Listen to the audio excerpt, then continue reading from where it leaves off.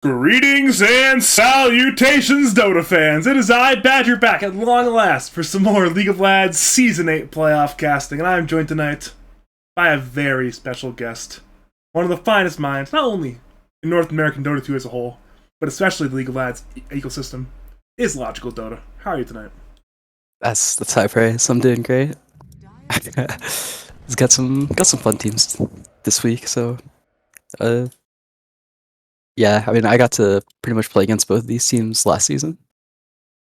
And I mean these have been teams that have kind of played lads for a while, at least in a different form, if not with four of the same players.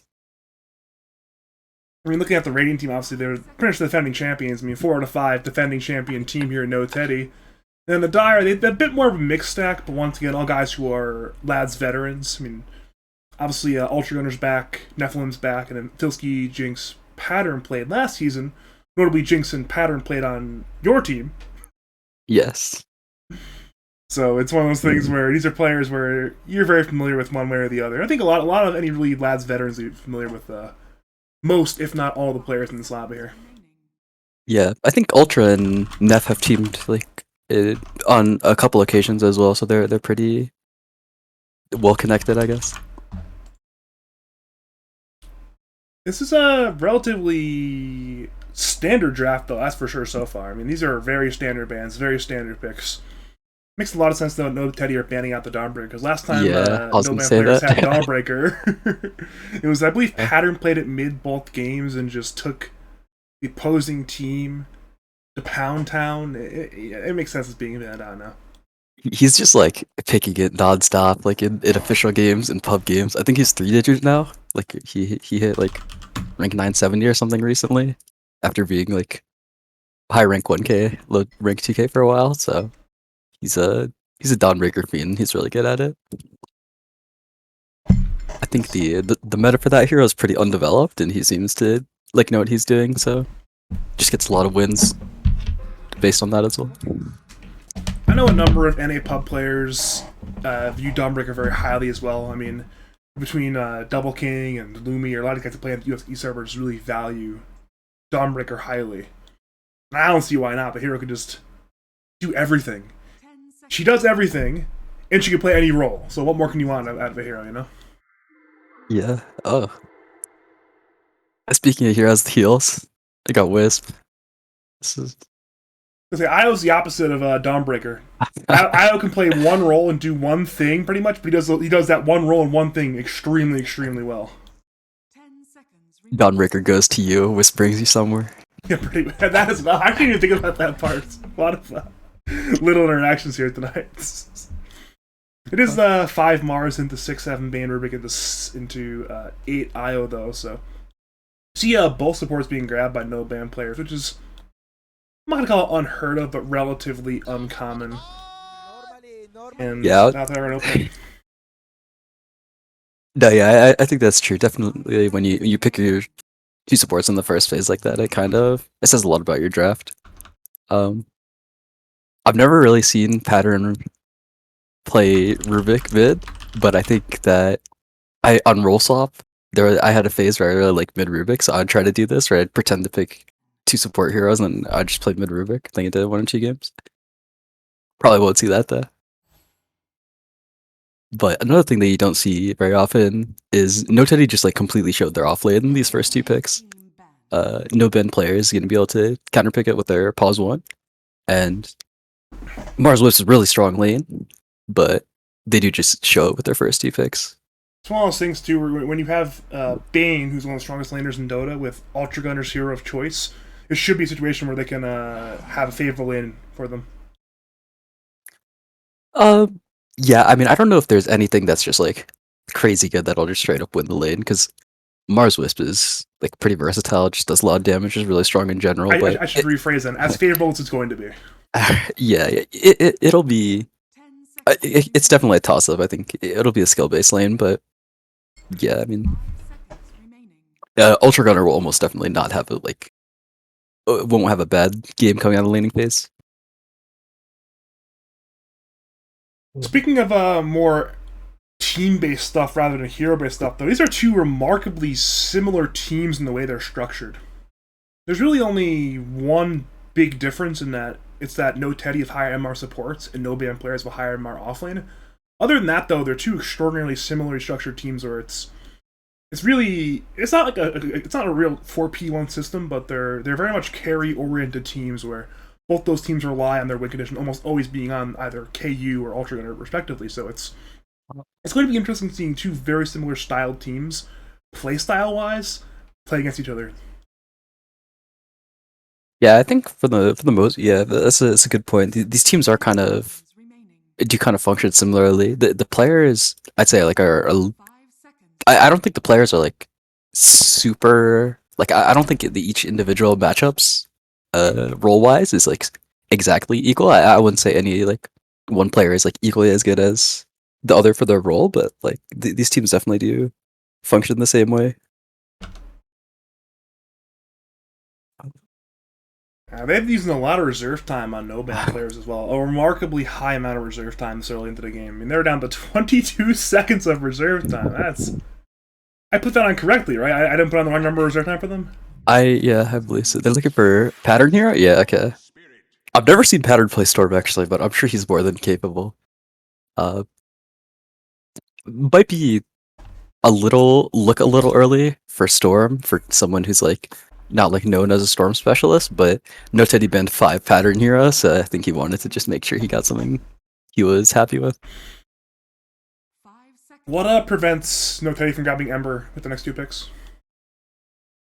Well, I mean it's okay. Like if Kobe, right? That's the mid player for no Teddy's name. Kobe. Yeah, okay. So Ember Storm is kind of like it's kind of janky because Storm does really well against Ember in lane. And if you're able to carry that momentum, then you can just like kill the Ember over and over again with Orchid. But if the Ember just like doesn't lose very hard, then obviously you're really strong because you're going to get either a BKB or Eul's, and chaining the Storm's really strong and really easy to do just because it's instant. So I think, yeah, I like a lot of pro teams might pick Ember here just because most of the time it's fine in lane. You're a little bit unfavored, but normally the Ember doesn't get completely shut out. But I think if you're not like super insanely comfortable on Ember, it can be a little bit scary, especially against Bade, which is like is probably like the best 5 hero for catching Ember. If you're Grift, you pretty much always die. That's definitely a sufficient answer, thank you. I appreciate that one. I remember like a lot of times, like a few weeks ago, everyone was saying, you know, Storm, Ember, Void Spirit, we're seeing a first phase, all 3 heroes being first phase. I was actually curious as to why some of those heroes were being suddenly prioritized less. And I guess we've seen a rise of Bane, where Bane went from being a pretty good tier or TI to suddenly he's like the best 5 in the game, arguably. Between him and Disruptor, I've seen from a lot of people say, and well, suddenly it's Bane Disruptor, both heroes who can be very annoying. Disruptor's a nice matchup against Bane too. If you're not already like in biz with the Glimmer, or if like the Disruptor can react in time, you can cancel Grip like pretty much every time with Glimpse. Well, speaking of heroes that Kobe is very comfortable on is Death Prophet. It's the classic no Teddy, sheesh, step bro, I'm stuck hero there for Kobe, where it's back in the day used to be a DP spammer, and now that DP's a little bit less in the meta, you see it less often, but suddenly bing bong, it is time for DP once again. I think I first phase banned against them last season. I don't want to bring up last season too much because that was a whole different patch, whole different. These guys are in new team, even if they have a lot of the same players. But this is a really good DP pick. I really like No Teddy's draft in its current state. Nice. Okay. They grab the Filski hero and say, you know what, we don't see the carry pick, but we're fine putting Night Stalker into this Disruptor +1 lane. We say, alright, we'll have Night Stalker play into Disruptor plus KU's hero. We see Malefic with the misdirection in the all chat, but I'm sure that's not going to actually happen. 5 seconds remaining. Support DP is kind of a Malefic. It's like I feel like it's up his alley. I've seen him play it at least once. It just seems like his kind of shit. I don't really like this Night Stalker pick that much. I think no ban players is kind of gonna have to like just outplay no Teddy if they're gonna win this game. And like if they can, I mean, so this Night Stalker Rubik lane obviously not the strongest. You can like trade decently with the Rubik, and Night Stalker's pretty durable, but like Rubik and Night Stalker are kind of like infamously known as being like a little weak laners compared to heroes that can just go run and kill you. It's one I think when minute 5 comes around, he'll be strong, but minute 5 is a lot of times the lane can be decided by minute 5. Yeah, oh yeah, like extremely often. I was just playing a pub game with Ultra.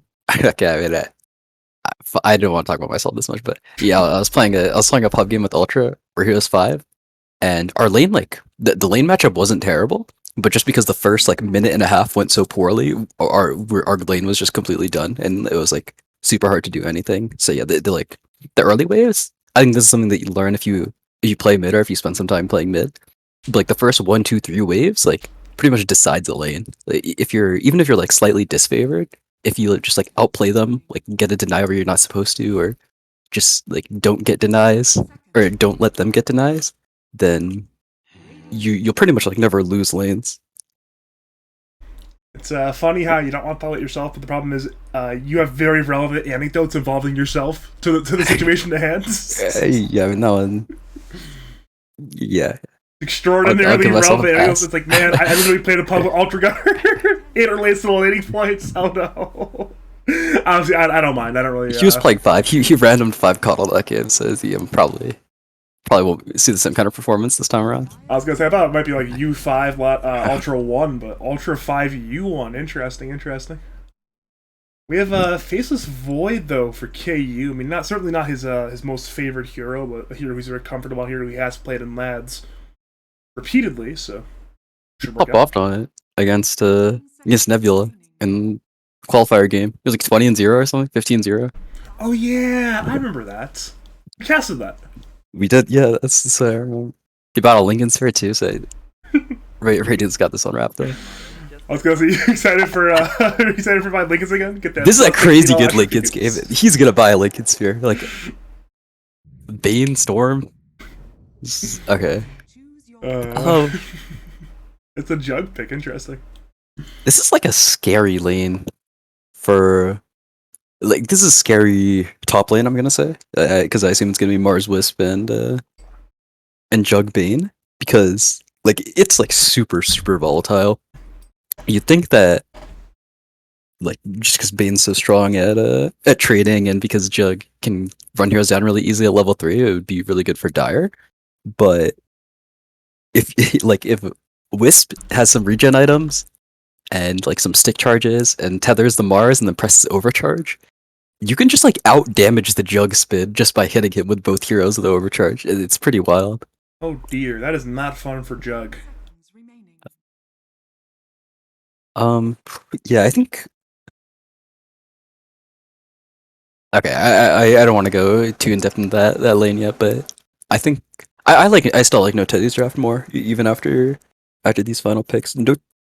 No ban players. Oh, both these teams have no at the start of their name. It's gonna get fun.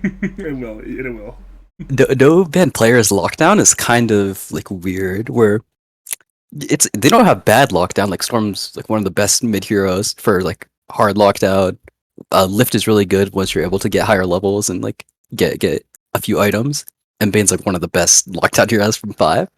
But it's like just kind of weird, and especially once they start buying BKBs on No Teddy, it's gonna be really hard for them to be able to do anything, I think. I agree. I mean, I think much like you, I think I agree with this with the direction No Teddy went in this draft. I like their draft a lot this game. It seems like it's going to be on no ban players to really outplay No Teddy, which is possible. They have higher mark players on average, I believe, but against the defending champions, that is easier said than done. 8 in a row on DP. That's a scary guy. Of course. But it's 4 in a row on Chug. But if you are just joining us, welcome to the League of Lads Season 8 Lower Bracket Semifinals Best of 3 matchup. My name is Badger. I am joined by Logical, and we are here to see no ban players on the Dire take on No Teddy on the Radiance. One of them will make top 3. Loser, though, will go home, merely at 4th place. Yeah, we're getting pretty deep into the bracket here. Some fourth place teams. Did we get fourth? I think we got fourth or third last season. You got fourth, yeah. Yeah, okay. So Powden probably doesn't want a repeat then. I was gonna say. I mean, fourth is respectable. You know, it's in the top quarter of the bracket both times in a row. But you don't go. You don't this even deep get on in the playoffs for pedestal. fourth. You don't go for fourth. You don't come here to play to get fourth. You come to win, or at least get top. No three. gold, bronze, or silver. Yeah. You get the swag bag. You know, get the coffee mug in there. Get the off-brand wireless headphones. That's what you get instead of the bronze medal. I don't know where I was going on that one, but If you play Smash, you get that no matter what. No matter what placement you get.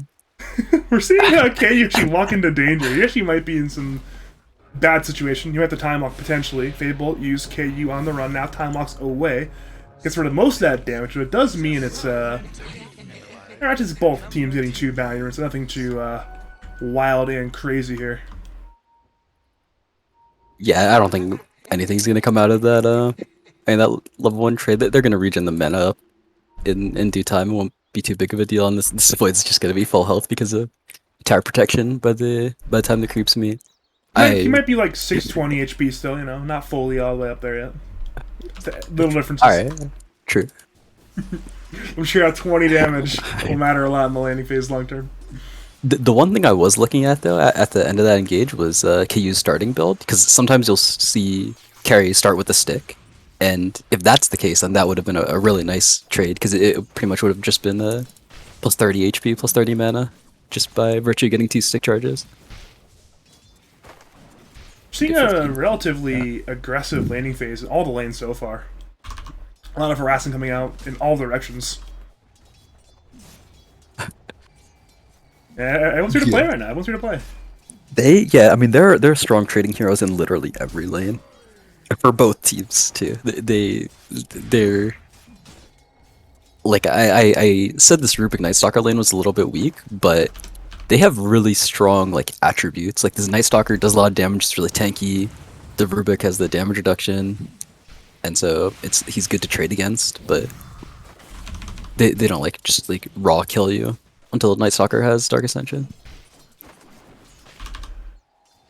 We're at the point now where it's I mean, they're doing relatively fine in the lane given it's pre-minute 5, but we're seeing this top lane, Iowa Wisp doing very well so far. They're trading very favorably into this jug. Ultra Gun are only 2-1 CS wise, which is very low for Ultra Gunner standards.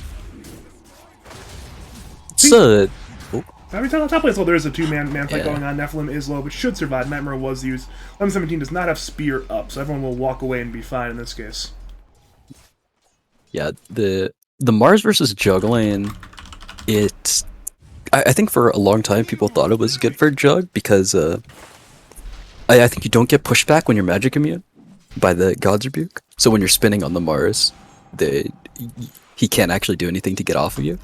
But it can be really hard to actually get that, like, get the spin on the Mars where you're already in range with him. Especially, like, even with boots, it can be annoying because he can kind of like keep you away from him really easily. Just like between God's Rebuke and the slow, and obviously if you get speared, there's just no chasing after that. You just infinity range away from him. It spins for a range creep there, but more like a punish for You're it. saying, all right, I'm just going to use whatever mana I can, grab whatever gold I can, and not just completely get destroyed in the lane. He's recovering nicely. I mean, he's up to 13-1 versus before he was 2-1. Now he's actually with the Mars at 13-1, but seeing Nephilim and Malphik, they're playing around each other right now on the star side of jungle. Getting a little bit frisky. 1117 is in the way, but Nephilim is aware of this and will simply back off in time, it appears, and he will be fine. I think as his top lane, like as the heroes start to get levels, I think it benefits Radiant more. Wisp levels are pretty nice, especially at level 3, being able to get level 2 tether, level 2 overcharge. And especially as the Mars gets money and levels, the Jug is gonna have to look to go somewhere. I think Ultra's like dream for this lane would be that they manage to somehow find a kill, and then he can use that as an excuse to leave the lane and just kind of like get out while he's on top. But I mean, it's gonna be hard because this Mars is really tanky. Yeah, He's Mars got is a tanky and Io's, and Io could tether away, so there's no easy target. Mars got a Helm the Iron Will sent out now. So nice play by Jinx. It's even tankier suddenly. That's a good water and grab and TP away to the bottom lane as well, so it's no harm, no foul in that case. Or the top lane, Spin is there from Ultra Gunner, but Overcharge actually is on cooldown currently. Actually, already used. Nightmare is there onto the Mars, and now he once again is walking forward. Ultra Gunner looks for creeps. Now into 1117, spearing off Bane to the left side. Nephilim's being run at into the trees. 1117 is hunting. Nephilim has a Mango, can brain sap if he wants to. They are still hunting Mango. Pop by Nephilim, brain sap used. Healing ward pop by Ultra. Everybody Nice is dying in ward. the top lane, and now is 1117 on the run. Ultra and Nephilim will survive. But as that happens, bottom lane, first blood drawn by Keita on the Disruptor with help of KU on Jinx's Rubik. Knowing he had no TP, knowing he could not escape, they bring him down there.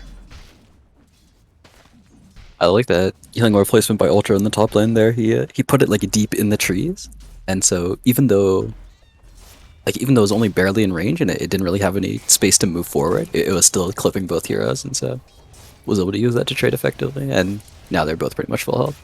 Honestly, at the time as well, the tree was actually not dead yet, so they couldn't even get to it on the Radiant side. So just good awareness by Ultra Gunner to do that.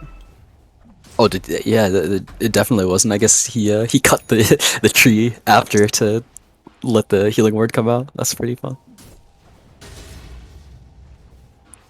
Top lane, we're seeing DP arrive. Exo is pop spear is there onto Ultra Gunner. Ultra Gunner has spin, will use it, he'll TP, but is it in time? No, it is not. Ultra Gunner goes down. TP on cooldown. Bane is juking. His courier is dead. Now he's being dove by 3 in the trees. TP, is it in time?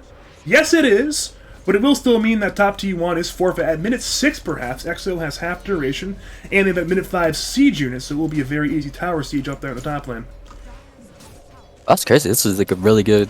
I'm really impressed by Kobe. Every time I watch him play, I feel like he's like owning. And I mean, this is just sick rotation. I mean, the odds are pretty stacked against whoever's against the DP when the DP comes and runs at a side lane tier 1 tower at 6 minutes as X though. But still, I mean, was able to get the kill on the Jug after he commits the TP and able to take the tier 1 super early. I think even if the Jug lives that TP, it's still worth it for the Radiant to do that. And Oh, getting yeah, the for even, sure. even better. And I mean, it wasn't like it was close even. He was just like long dead. Seeing a dive Just mid as lane by pattern for Keita. Keita low, in comes Kobe. Jinx arriving as well. Nephilim's in the sides. Siphon is there on pattern. He's lifted away by Jinx. Now in comes Nephilim with Nightmare. They're into the DP. Malefic has Tether. Now cycling the DP away. DP goes forward looking for Nephilim. Siphon has popped on the Bane. Bane is on the run once again. DP has spells. Should find the kill eventually. Meanwhile, it is never mind. Everyone lives. We see pattern got a volume regen. for Keita. She's regen room pattern. You're right. Keita low regen lost, but Keita still very low. Tether's there in the storm. A storm should kill the Disruptor. Disruptor still alive. Now goes down. Now it's pattern on the run with low mana. Has Soul Ring. Will not use it. So it will be Disruptor dead in the mid lane, and nobody else dying in this case. Everybody will be good to go, other than of course Keita, who is dead for 10 more seconds. That was a really long engage. Jinx got to press 2 level 1 telekinesises in an early fight. Can't remember the last time I saw that one. It's got 28-second cooldown. It's always fun. You get the lungs to work out nice and early. Minute 7. Hey, Jinx's game feels a little bit bad, I think, just between the bottom lane being like really hard to.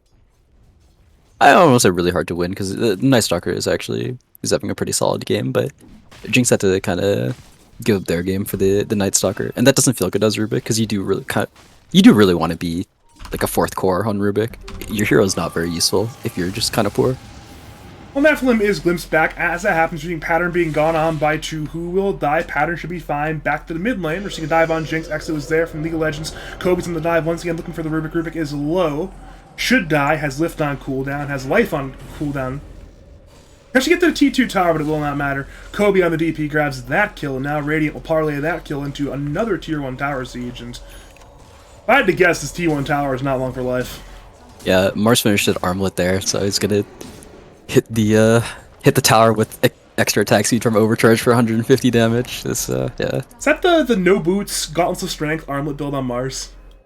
Yeah, I'm surprised he bought a gauntlet. He started the game with a gauntlet. I feel like most of the time, like when when Collapse did it, I think he just like started stick, or he just went like Quelling Blade Tango or something, like a super low, no stats. On Keita Esco. is dead. He's got gone on by Nephilim and Pattern at the Dire Side Tri Camp. He, I believe, put a ward up before he died. Not entirely sure. Actually, he did not put a ward up before he died. We're seeing a two-man smoke now, Nephilim and Jinx. They run at 7-17. Nightmare is there onto the Mars. It's a two-man corner from KU. Rubik, Bane, they're in the wrong neighborhood. Arena there onto Jinx, Nephilim inside. Jinx, low. Nephilim, low. Both will die. 2 more kills for No Teddy, and they're up 2 towers and 3 kills at minute 9. Filski arrives, he goes to Malefic, but it's a 2v1. Pattern now arrives, he'll be a 2v2. Malefic low, Remnant used. Malefic on the run, but he will die in the IO, so it's now a 2-for-1 overall trade. 11-17 is being gone on by 3. All 3 cores of no band players are nearby. They're on the tower dive, but it is a tier 1 tower. Hard to dive there with TPs available. And they will back off now. They should Dark Ascension this, I think, and just try to push these guys out of the lane. They're bringing a lot of heroes in Radiant, but I do think they're...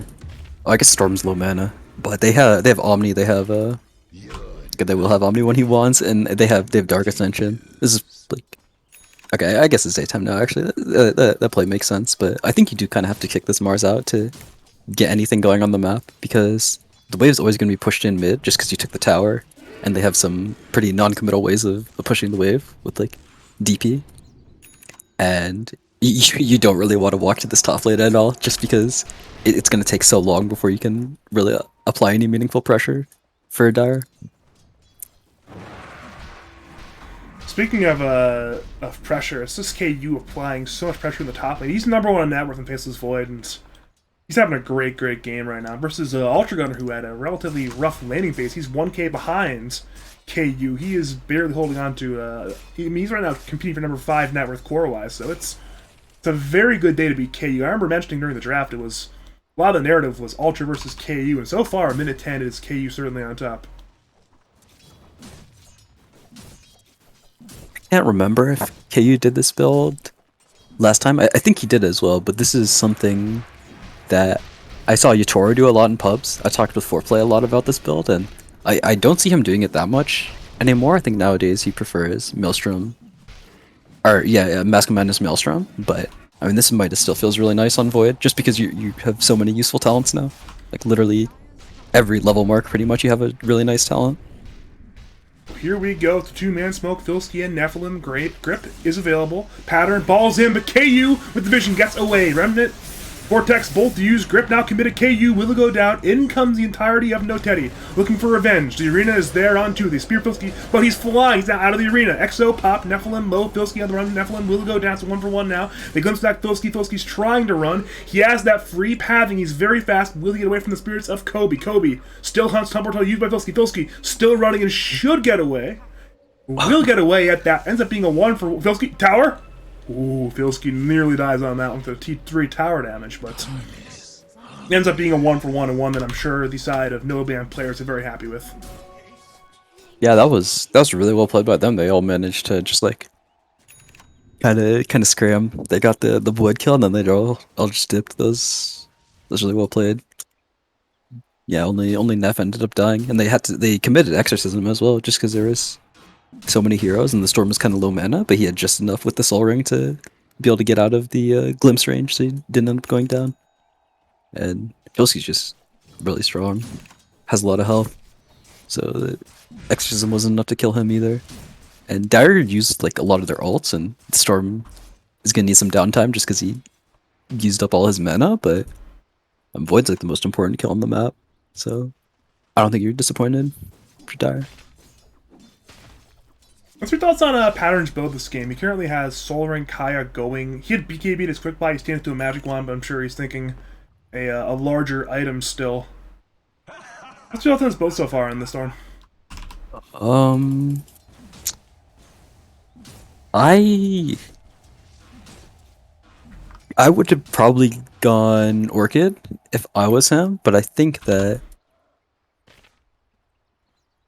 I think that he will definitely be strong in like 1.5 items. I'm not sure. I'm not sure what he's gonna go, if he's gonna go Kaya Sage or BKB or what, but I think that he kind of realizes that finding pickoffs is gonna be hard this game, and in team fights it would definitely be really hard to use Orchid. just because there are a lot of heroes who can kill you. And I think that's probably the one thing that he. Okay, that's okay. Bottom lane. That's Okay, a nothing's happening. very scaredy Ultra Gunner who nearly got killed in a matter of a few seconds there by 1117 and Malefic. Just in the Spear and the Rebuke. Okay, I think I've finally collected my thoughts. Yeah, so they picked Storm pretty early. Like they still had 3 counter picks on side of No Teddy. So his fights are a little bit difficult to play because he's got to like be very careful of Chronosphere and Static Storm and Mars Spear. And so this Kaya first build, it'll mean he doesn't have to commit so much because he has so much mana regen. Here comes Pattern, balling on into 1117. Grip is committed, but the relocate's there in time. They bring the Mars away from the danger. Io's life may be lost, but it's certainly a Mars saved for a Grip committal. And they actually may even be able to get the Io away from this with a tether, potentially. Omnislash committed. Malefic will go down, so there's no escaping for the Io, but I'm sure Malefic is fine giving his life to save his Mars in that case. And they find Jinx as well, top lane. He's glimpsed back into the danger. He steals the Thunderstrike on Rubik, but that will not save his life, nor will it do even that much damage to Gaia. You don't mind dying like that if you're Rubik, just because he is top net worth out of the supports now, so he is kind of getting his game back. He's level 7, which is actually not very good now that I'm looking at it. But he's recovering his game. That was a sick glimpse though. He did that like instantly. It's barely in time, but barely in time, that's certainly good enough to glimpse back a Rubik to his death. You had a mad style Q, but I'm happy that he switched off it. I don't think it's super useful this game. And I think that if he can just get Maelstrom and some damage items, then he'll probably be fine, because it's pretty hard for Dire to kill him. I got confused for a second, like, was he referring to Juggernaut? He still has Manta and Quick 5. You're referring to KU. Oh, did I not say that? Yeah, sorry. I may have misheard it, but we're seeing KU has indeed went for the Mythal Hammer. He's going into a Malstream build, as you said. But as happens mid lane. Arena committed by level 17. It's the Arena there on the Jinx, and Jinx, he died. Unfortunate day of Rubik once again dying for, I believe, yeah, this is the 5th time dying on Jinx this game. We're seeing a rotation, though, from No Teddy into the Dire jungle, but Dire, they have run away from their own jungle, so they should be good to go. Ooh, it's Static Storm committed onto the illusion of Pattern. That is one valuable illusion right there. Yeah. That's solid. I mean, kind of feels like Dire's game plan is just kind of to buy time right now. And bottom lane Chrono, there on Ultra. Relocate, use as well. Can't Ultra live. Spin, committed. But his life may be forfeit. Healing Ward, down. He's on the run once again. Ultra, very low. Ultra, dead. A massive kill for the side of No Teddy, bringing down Ultra Gunner once again. Yeah, that kill execution was weird because it's a little bit hard to... Oh, Pattern's chilling. He's actually glimpsed back into danger, but so is Filski. Filski is there. They go into Keita. Keita located that exo pop by Kobe. Kobe goes in. Pattern has mana. Keita buys back. We're seeing Pattern. Ball away. Kobe goes forward. He's now glimpsed back once again by actually the Rubik's stolen glimpse. And now, speaking of Rubik, he dies to the arena of 1117, so ends up being Rubik giving his life to save another one of the heroes on his team.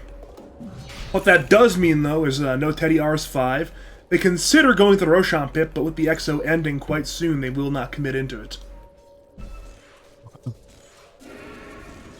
Yeah, I mean, the Disruptor buyback I'm pretty surprised he used there, but they do keep using a lot of ults on Radiant, and Dire are just kind of very aware of what they need to get out in these fights, and so they're kind of stopping Radiant from being able to get like major objectives, like big core kills or a tower, these spells. I think that like people like to say like creating space with deaths a lot, and I think a lot of time it's kind of cope, but Jinx is actually like getting Arena used on him every single time he dies, and even though his game's still kind of bad, it's he's at least creating some more time for his course to get items. We did see a 3-man smoke move from the side of no-ban players. They're hunting in No Teddy's jungle. They're nearby Malefic and 1117. Malefic has relocate if needed. Dire scanned, they missed. And they now run into... Okay, they've gripped on 11-17. Relocate is there. Malefic and 11-17 both will go down. Io, the first to die. We're seeing a Nightmare now onto the Mars. Mars will attempt the other way. It will not work. He will go down. It's 2 kills there for side of no-man players to bring down the 3 and the 4 combination, which is certainly what they were looking for. At least close to what they're looking for with that smoke gank. Yeah, probably a little bit out of position there for Mars and Bliss, but it does feel kind of weird because Dire is like kind of winning this like map battle now because they have control over Radiant's main jungle, but Radiant doesn't really have complete control over Dire's jungle. So it's kind of weird as to where this Mars should be playing because he doesn't want to step on his Void's toes because he knows that he kind of just needs to farm right now. And it has been working so far. I mean, it's been a lot of farming from KU. He is not only #1 net worth still, but his lead has grown. He's now 1k on his allied DP. He's almost 2k on Ultra Gunner's Jug. He is a very farmed Faceless Void, and perhaps with that BKB, he'll be ready to just go 5-man with his team. I think that's something that that this No Teddy / Sheesh kind of roster is really good at. Is I think that when KU is like even slightly strong, he'll like we're seeing right now, he'll be active and he'll get shit done with his team. Because that's how you end up getting really farmed, is being able to actually find these kill last hits. Pattern played with fire twice in a matter of 1 minute, and this time he will get burnt. Status remaining committed to bring down the storm. He escaped barely from one gang, dies to the next. Now Streaks being gone on by 5. He once again steals Thunderstrike, but that will be to little effect. Rubik goes down, has 2 kills, including the very big storm kill for the side of No Teddy, and they did not commit Exo. So they can walk right on into the Roshan pit, knowing there's no storm, there's no Rubik, and it will be quite free. Exo not even being used. Yeah, they don't even really need to, just because Faceless Void's such a crazy hero with the overcharge. Obi got the kill last hit on Pattern there, and it gave him like a lot of money. He just got was able to finish his Sage off that kill. It was pretty crazy. And that's like, yeah, I mean, this is pretty much the first time that Radiant has got like a good kind of skirmish going their way, because a lot of the times that we've seen, Dire gets out before anything can really happen, but when they're able to just straight up jump on the storm like that, even with the Nightmare save, it can't really help you too much. And Nightmare is a lot worse of a save against Static Storm and Chronosphere than it is against some other heroes. Alright, Filsky has ascended. They're looking to hunt onto Kobe. Kobe's being gone on by 4 heroes. Grip even committed. DP dead. Massive kill for no-ban players. And that is a huge pickoff. That slows a lot of the momentum of the side of No Teddy. They have Aegis, but they will only have 3 minutes left once Kobe's alive. Yeah, I think they're probably not going to look to defend this tower. No Glyph on Radiant, and also there's not super strong right now. Once Kobe respawns, they'll probably go with the Chronosphere cooldown. It is helpful, but they actually have a bit of jungle to reclaim, and they've lost the outputs, which is a little bit surprising if you consider that they're up the Aegis, but is their entire jungle map control wise simply lost here. Yeah, and I have this this nice like entrance hill ward from Dire that's been up for like a long time. This has been up for it's like 4 minutes, I think, now on this on this big hill. That's really useful. That gives great vision. There's so much vision. I mean, he gives a little bit on this camp, this camp, this camp. It's just so hard for Radiant to play their own jungle knowing this ward is up. And actually, they don't even seem to know it is up. I mean, this is a high priority ward, like you're saying. It just sees everything. So a lot of times it's like a very high priority for teams to check this area, if not just like have a ward there themselves. And so the fact that this ward has been able to stay up for like 4.5 minutes at this point, it has given Dire a lot of the map pretty much. Well, they're at long last dewarding it. They know it's up there, but at this point, too little, too late. Your DP has died. Meanwhile, mid lane, Chronosphere's there, but it's not there in time. Filsky gets away. Chrono not stolen, but Chrono missed by KU. In the chat, they were memeing earlier. They said KU will have the 0-man Chrono, and well, it is a 0-man Chrono arriving. He got himself. I don't think that counts. I don't think that counts logical. I mean, that's pretty unfortunate, especially because that kind of fucks your Aegis timing now. because you're not really gonna get Chronosphere at the same time that you have this this Aegis on your Void now. Well, Grip committed onto the IO in Ball's Good catch. pattern. In comes Ultra. IO will die. Now it's Mars trying to escape, but his life will be gone as well. 2 more kills for no banned players, and it seems like ever since, ironically enough, No Teddy won the team fight and grabbed the Roshan, everything's been going wrong for them. Yeah, that was a really sick play by Neff. I wasn't looking at what was happening bottom, but it looks like he just had this ward, and this was enough for him to be able to double catch the Mars and the Wisp. They're able to TP to the outpost and just converge on them. This ward's really good as well. Yeah, I can draw too. Nice. Yeah, this ward's really sick because this is kind of area that Radiant want to be playing a lot of, and you'll see a lot of heroes just kind of play around this small camp area, and this small vision can help you catch heroes or kind of give you a general idea of where a hero's playing. Ends up being good enough to catch both the Mars and the Wisp who've been playing together for pretty much the entire game. It's the point where it seems like no banned players have been, as you've been saying, they have the better vision. They seem to be a step ahead right now, map movement-wise, compared to the No Teddy, where they're reading every single one of their movements. And we're at the point now where KU is Chrono in 25, but the Aegis timer is 50 seconds. There's a lot of overlap there, and there'll be only about a half minute before the Aegis goes down after Chrono is up. So it's not good for No Teddy. Yeah, we both kind of talked about how Aegis can go up. They're probably not gonna be able to actually use it for anything except for the regeneration, but they still will probably try to take a fight on this Chronosphere because even without the Aegis, they're still stronger with Chrono if he's able to get some key heroes. I think he went for the Night Stalker in the mid lane. I think if he's able to get it, it's solid. Even though it's just an offlaner, feels he does a lot for Dire. Here we go again. Chrono's up, Grip is up, and Dire appear to be scattering. So you know what? This T2 tower, it's not defendable. Let's let it go. But as it happens, we have Dire side creeps, a Siege unit included, actually hitting the high ground bottom. So that's some tier 3 tower damage. Radiant's bottom tower Radiant they grab the tier 2 top, but they don't actually get the outpost on the way out. They're scared of Dire potentially fighting them from the wrong angle. They're just backing as 5. They're not looking to take the fight to Dire jungle. They're just they're playing conservatively right now.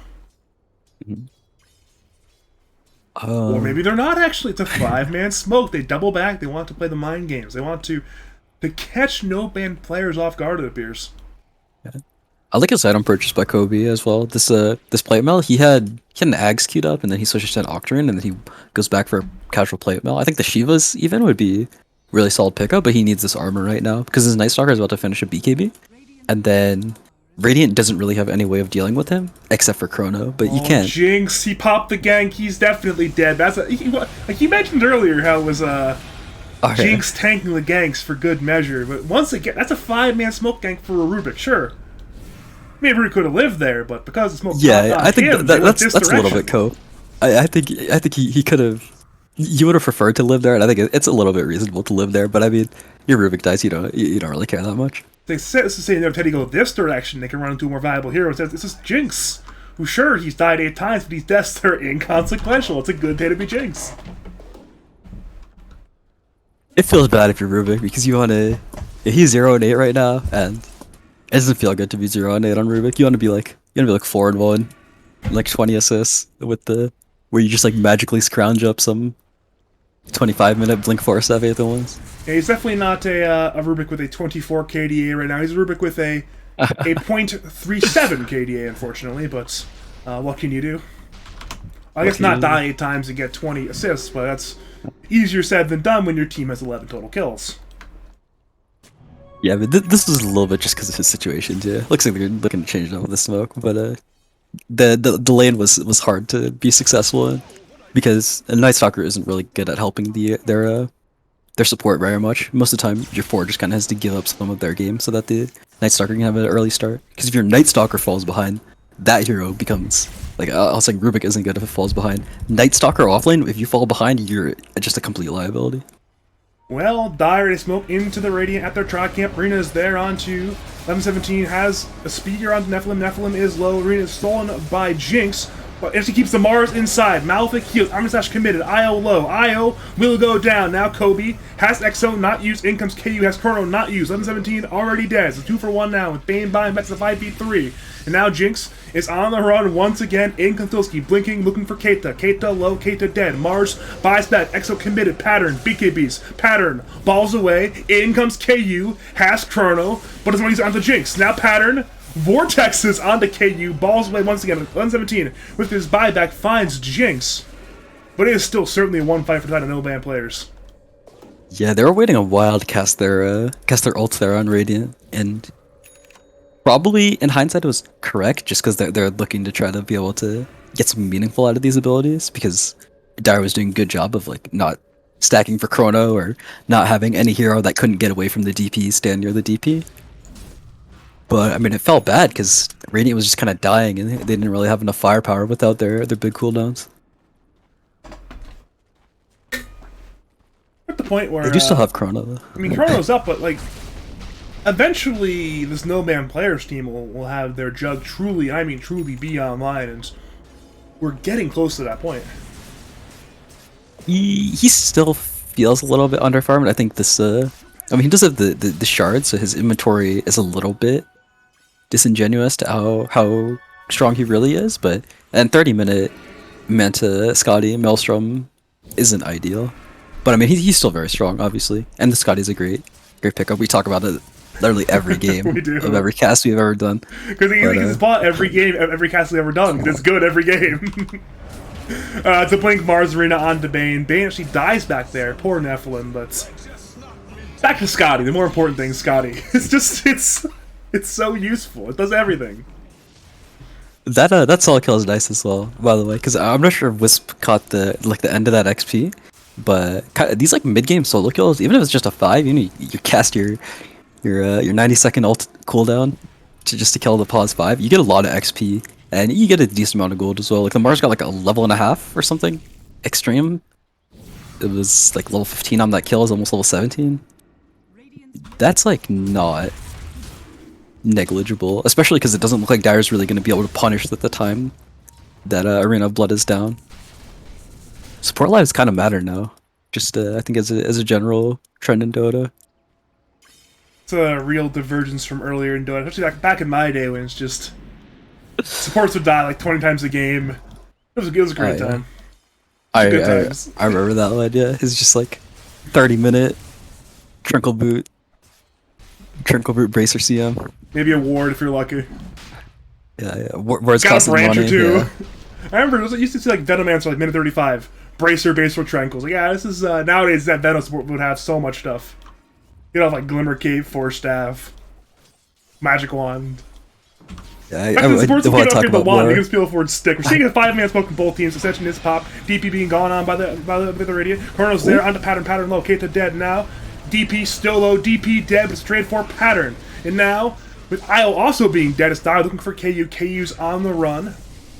Will get away. With pattern buying back, it's certainly looking for more for no-ban players. Keita is dead. Running for KU. KU is silenced as Time Walk in one. BKB up. BKB not used. Will now use Time Walk. But it's a fantastic, absolutely fantastic trade for the side of no-ban players. I mean, they lose their Storm. He uses the buyback, but look where they go. Rotron's alive. It's needed for pattern now. Yeah, it was a really well done fight by Dire. They're able to kill this DP before she's able to cast any buttons. And I mean, if she's able to get these, like, if she's able to cast ult and suck some heroes, she just won't die at all. But she is not super tanky before any of that happens. Aeon Disc used to be like a really potent item on DP. I think that that was a little bit because I think there was a bug where the spirits dealt damage even while you're Aeon Disced, but I wouldn't be totally surprised to see him go for it this game because all the fights where DP's able to cast his abilities, or yeah, DP's able to cast her abilities, she hasn't really died. Like some of the times that Dire has been able to just like leave even after she commits Exo, but there has never really been a fight where she's able to press Exo, press 2 or 3 sucks, and then they still the damage from Dire is too high that she ends up dying. It's once again no-ban players hunting for more kills, but No Teddy are not there. They're playing over at their tri-camp rather than in their own jungle, but we're at the point where it might be Dire, for the first time in a long time, will look to really try to go for a high ground siege. This Chronosphere cooldown is like the most important thing for Radiant right now, and that's why I like this refresher pickup from KU as well. He doesn't have the Scotty like he did in our qualifier. Look for DP once again. Lift is there. Everything onto the Rubik will go down. We're seeing Filsky ascend, looking for Keita. Keita low. Keita will go down. Over to Malefic. Pattern wants that kill, but the mana is low on Storm. Once again, balls in, looking for Io. Io low, but KU, she dies to Jinx, and Ultra Gun with Omnis actually not even committed. Malefic dead. KU dead. 117 on the run. They ball on in. Once they got the Vortex, they'll bring down the Mars. That's a dieback on Mars, I believe. Looking over the buyback status, that is... Yeah, that's a dieback on Mars. This is disastrous for the side of No Teddy. They are down so many heroes now, and this high ground might just melt here. This is at least a lane. I don't think you just like flat out expect the Void to not have buybacks. I don't think there's going to be any tier 4 hitting going on, but this mid lane's going to die. Radiant has their glyph, but 70 seconds no Mars, 50 seconds no Void. Even though Dire doesn't have the best heroes at hitting buildings, it just hit nighttime, so the Night Stalker is going to be a little bit better, and this is just so much time. You're at least going to get... At least you're going to get like one lane, and then most likely you'll be able to get like a tier 3 tower and a melee Rex on the other. And at the very least, it's no Mars and they have Aegis, so it's a 6v4 no matter what. They don't know if there's no Void, but even then 6v4 is a high... It's 6-4, that's a big lead. Yeah, I mean, even when all 5 Radiant heroes are alive, it's still dubious. They're still gonna need to take the fight. They're still gonna need to be smart about how they take the fight if they want to win, because it isn't Aegis. Looks like they're only gonna go for this one, though. Well, they're playing it slow, they're respecting KU's ability to Chronosphere them, and even though they have the Aegis for another 2 minutes 5, they say, you know what? We don't mind playing it slower, pushing in the lanes, and taking this game late, because now we're in the driver's seat, we're ahead by 8k gold, and we have Equilibrium in this middle lane. I like that decision, actually. They go back, they get this outpost, they see the top lane needs to be taken care of, so the Night Stalker's gonna go run there. And yeah, he did actually just run there, he didn't end up casting his TP, so if shit goes down in the bottom lane, he can TP to the outpost. We see Jinx forcing the issue a little bit, just being disruptive. Playing a 1v3 as Rubik. Luckily for him, he did not jump immediately, but still, he's alive now. Yeah, being disruptive is a good way to put that, I think. It's more mental damage than anything, but I mean, you're still getting some space. Ooh, good blink away once again by Filsky. They hunted, they brought in Relocate, they brought in the DP top lane. They wanted to chrono with KU, but Filsky, the young kid reactions, gets away. That's kind of, anyone can react that one, but still, it's a good intuition to get the hell out of that one as soon as possible. Yeah, Filsky's pretty young. He's like 1 year older than me or something, so yeah. I was gonna say the reaction, then realized, wait a minute, Relocate's very long. They had plenty of time to blink out there. Yeah, no, Relocate does have a 3-second cast point. Maybe they did KU to Chrono earlier there, but I don't know. That's hard to make, no matter what. It's like, even after the Chrono, the way you follow up with this Mars is he has to be like ready for when Chrono runs out to spear out of it, but that's awkward. We saw in the bottom lane in that one engagement really early on where they went on Ultra. It's like really awkward to do if you start with Chrono. They ended up reloading in the Chronosphere just because it's difficult to hit everything perfectly, especially with the timing. And they were able to like barely get that kill, but there wasn't any like major Chrono combo. Well, the Aegis is gone, but it's replaced with an Aghanim Scepter, so I'm sure Pattern's still pretty happy right now. Yeah, he'll have buyback in 2 minutes. So, I'm most likely... Well, I can't really see him dying just to a raw Chrono, because he's gonna play around his team before his buyback comes back. Or until his buyback comes back, rather. They might want to be a little bit careful, given it's, once again, no buyback on Storm or Rubik, while all of the cores on No Teddy suddenly have buyback.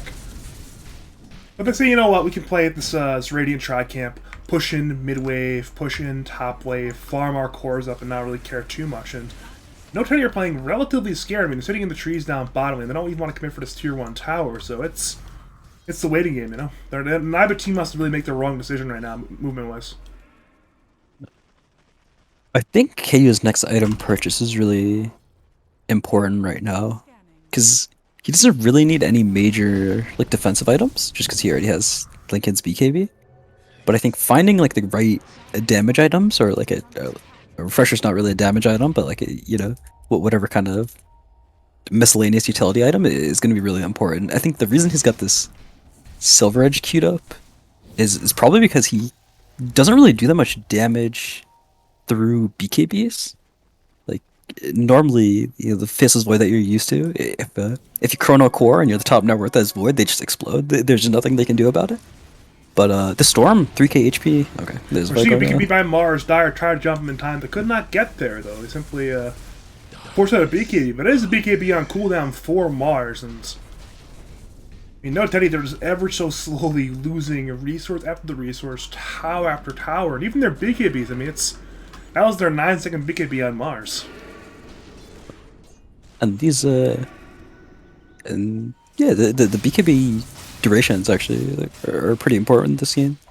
Kind of going back to what I was saying before, if this Storm pops BKB before he gets chronoed, it's like debatable as to whether or not the Void can actually kill him in the full chrono duration.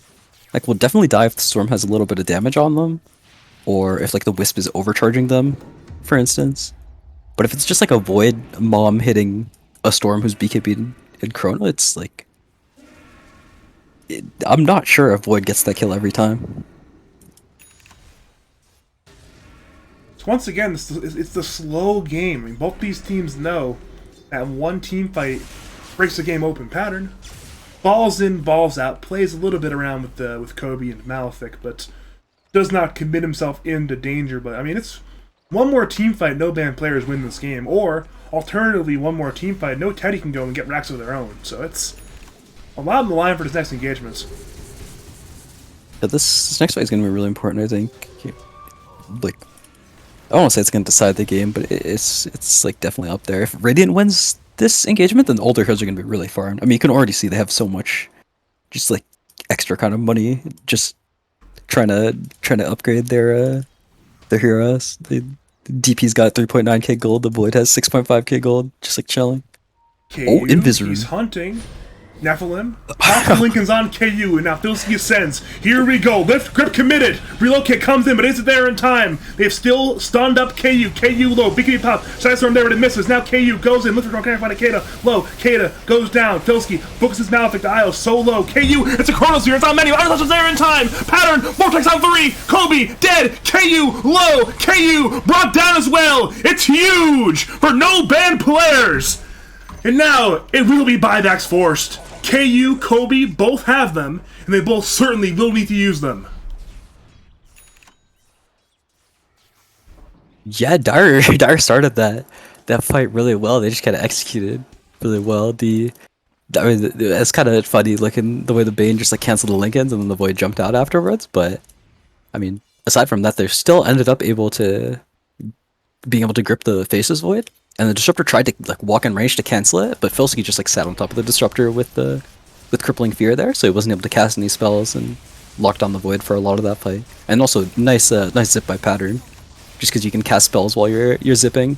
He's able to press Vortex like while he's still in the radius of the Chronosphere, and that probably like saves Filsky there, just because Void isn't able to hit during the duration he's stunned. 1117 is in the side, waiting for the angle, but the T3 is dead, and Ultra grabs the barracks. Melees, well, they're dead now, and Ultra actually leaves. They're once again, much like last time they hit the barracks, they're respecting the ability for no Teddy to have buybacks. This time, they do have buybacks, but it means that it is no ban players, Equilibrium in both the top lane and the middle lane. That is multiple melee barracks taken. This is a sizable lead for no ban players. And they even parlay that one into a third Roshan of the game. It is the Aegis, it is the cheese, It is the Ags, likely going to, let's find out. Where'd it go to? Bane? Went to Bane. I like okay. this. The Bane Ags is really strong. During TI, I know Save likes to go for the Ags every game. He'd get picked for Bane a lot. He'd just start with the No Talisman and then he'd go Malphite, Brown Boot Ags. I'm not sure what he's trying to do there. I think he's looking for the Chi-1 tower bot lane, but he just relocates into 3 heroes and dies.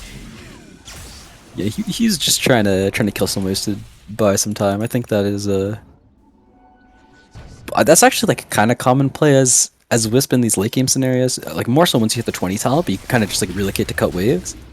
That play is hard to do when Star Spirit's in the game because this motherfucker will just zip you across the map no matter where you reload, and it's more than telegraphed. It's the one good thing for Malphite. He's still at 15 right now. But he respawns in 19 more seconds. I guess it is nothing lost then if you respawn that fast. But it is no band players looking for the lion's share of Mega Creeps. That bottom rack's all important. KU sets up for the Chrono. It's a 4-man split backlines from no band players. Here we go. Tower will go down. In comes Mars. In comes KU. Chrono Spirit misses again! It misses again! The arena is there on 3, but KU's on the run. Pattern, balls in. Keita goes down. The Dash Storm. Storm BKBs. Omni committed. KU low. KU still alive. And now Nephilim dies. Buys back. Dire. Go to the fountain even. KU still looks to fight. KU wants these kills. Jinx dead. Aegis pop. Swift Slash once again there to 1117. She's having some Dragon Slash now. Radiant, they're still alive. KU goes in looking for kills. Storm, Pop Stormcrafter, Vortex is there on 3. Oh, the grip now in. Nephilim channels it. Malvik dead. Mars dead. Void dead. They all buy back, but who lives in the fight? DP down. She too will have to buy back, it appears. And now it's Dire. Still looking for buildings. Ultra Gunner being gone on. Static Storm, Spear, both there. Jug goes down. She is it in time? Yes, it is. But it's a Scotty reducing the heal. Jug still looking to fight. Spin once again there. Bats coming in the Jug. Jug will go down. Pattern. The Vortex have 5. The huge Vortex. The stolen Static Storm. My lord. Keita dead. GG called. And no bad players. What a beautiful team fight. That pull was crazy. I Ultra managed just to barely get the cheese off after the chain stun. I don't even know what reduced the cheese healing there because I didn't see any healing reduction. But I mean, still, to see it that much HP. yeah, that was probably it. Yeah, but, I mean, 5-man Vortex. That's crazy. I mean, both teams did a really good job pretty much the whole game of kind of not grouping for these abilities, but Radiant's just really desperate there, and so they have to make the concession of positioning and ends up just running into all of them. It's a really good game from no band players, man. That was from about what minute 15, minute 20 onwards. They're just a better team. Yeah, that game looks like. I wonder what win probability had to say. Okay, so I mean, it wasn't really that much in favor. It wasn't really that much in favor of Radiant early on, but yeah, I mean, I thought Radiant were doing pretty well early, but Dire just didn't really mess up. They kind of just dodged all of the all the plays that Radiant tried to make, or at least a majority of them, and it's kind of hard for Radiant to get kills. I mean, you can have your Void hit someone during a spear, or you can chrono someone, but aside from that, there really isn't any other way to find kills. Talked about Dire's lack of lockdown, but Radiant also had a similar issue to honestly probably even larger degree. You figure though with Chrono, Mars Arena, Static Storm, you have the lockdown, but apparently they didn't. I mean, they have the big stuns, they don't have the small stuns. They have Spear, that's about it. Yeah, and 5 Disruptor, I mean, this kind of goes into the point we were talking about before, with where supports are kind of are getting more love at the pro scene, are getting prioritized more. A lot of the times when these when Maposhka or when Puppy or whatever kind of Disruptor player plays Disruptor, they kind of are able to farm creeps or pick up the stone or do something so that they're able to farm up an Ags. But I mean, that takes being able to give your support players money without it griefing your other players takes a lot of awareness from the team, and so it's hard to do that. And so like Disruptor has Static Star, which is like a big ability, but without an Ags, it's really not that big of a deal. The Storm has a BKB, the Night Stalker has a BKB, and the Jug doesn't really mind getting hit by the Static Storm too much. I mean, partly just because he's a really tanky hero, but also there's a cool interaction with Manta and heroes with the instant cast abilities where even when you're Static Stormed, you can press Manta and spin, and you'll get the spin off just because of the 0.1 seconds where you're invulnerable. It works with Lifestealer as well, back when people used to buy Manta on Lifestealer. I'm still shell shocked from that last fight, man. I really am. That's just 5-man Vortex, 5-man Stola Static. I mean, the game was probably over at that point, anyways. But what a finishing blow! They weren't even dead yet when they called GG. They just knew. They just knew mid-team fight was over. Yeah, I was like, I didn't know how comfortable Pattern was in Storm, and he's only level 11 Dota plus, and he's kind of like a hero spammer guy, so I assume most of his heroes are pretty high level that he plays a lot, like Pango, Dawnbreaker, Invoker. But played pretty well that game.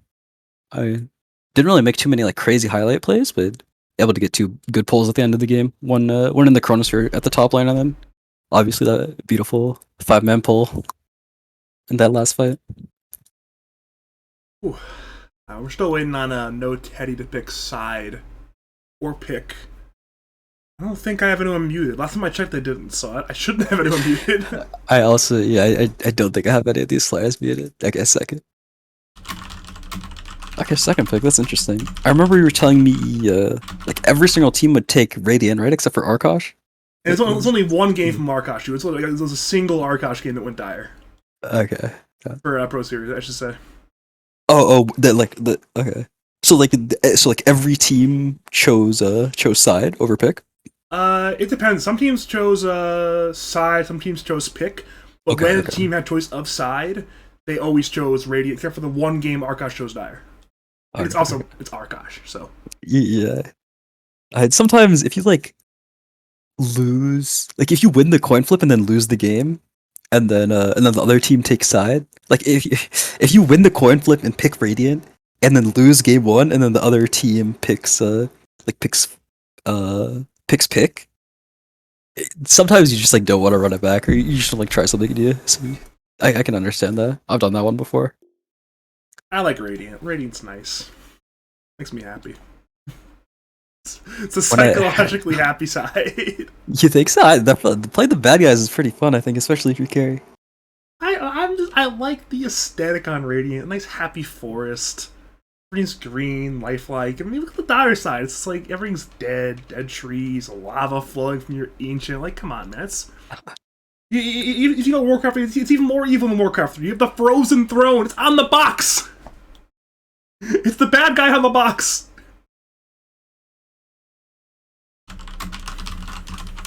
I think ever since I started primarily playing mid as well, the Radiant mid lane's nicer, I think. I don't know what the consensus is, but I just know personally, just because of like the weird like level 1 or level 0 dewarding meta that's gone on, where 5 players will sometimes just like guess and drop a sentry, and sometimes they hit it, but most of the time they don't. Radiant has a nice spot like towards the top near the small camp where like it pretty much never gets dewarded. Alright, you good break-wise, or...? Yeah, sure. How's it running? I'll wait for the picks to come out, and then I'll take 2 minutes to grab some more water and get ready for next game, because that game, it was a slow burn, but at the end, it was burning hot as an inferno there, you know? It was great. 5 seconds remaining. Wonder if they mix up the bands or nuts. Or No Teddy? Yeah, I mean, they're gonna run the Dawnbreaker back. I think it would be a bad look if you lost game 1 like that, and then you just like leave the Dawnbreaker and you lose game 2 to Dawnbreaker. You never like really get to play the game. They got to play the game. Pattern heroes. Yeah. I mean, their first 5 bans were pattern heroes last game. I have the draft here for you from last game. I'll pull that up on Dotabuff as well. If you'll want it. It's in the Discord chat. But so far, it's Okay, thank you. actually different bans. They did not ban out Lion game one. It was Sand King Tide banned out by no ban players. Because, you know, we have 5-pick. We are fine 5-picking Tide, which last game they did not have 5-pick. They didn't want to give a 5-pick Tide to No Teddy. It's not that they have 5-pick, they can go for the Tide, but if No Teddy truly wanted to just ruin Tide's game, they can just go like Doom Rubik if they truly want to. But I'm not sure if you want to get... Tide seems to be a really cool hero right now. Yeah, Ted's pretty consistent. Are they? Yeah, okay. That's just a 5-pick Tide. I'll be right back, Logical. See you in 2 minutes. Okay. I'm pretty surprised Ultra's drafting. I didn't know that.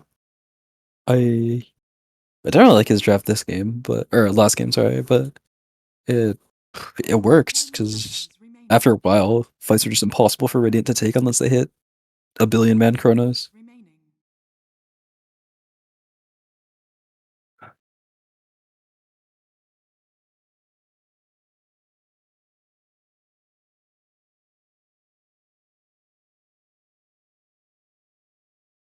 They're just losing reserve time right now.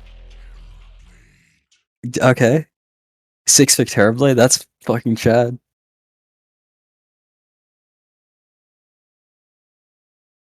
I can respect that.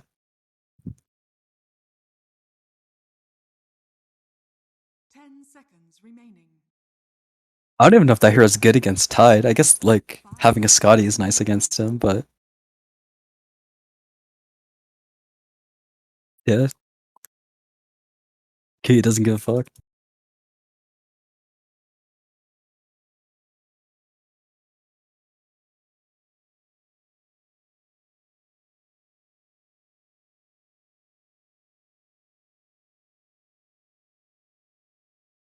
Radiant team pick. Disruptor.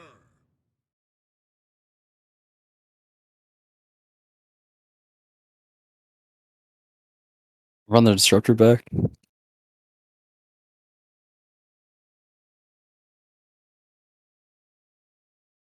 10 seconds remaining. 5 seconds remaining.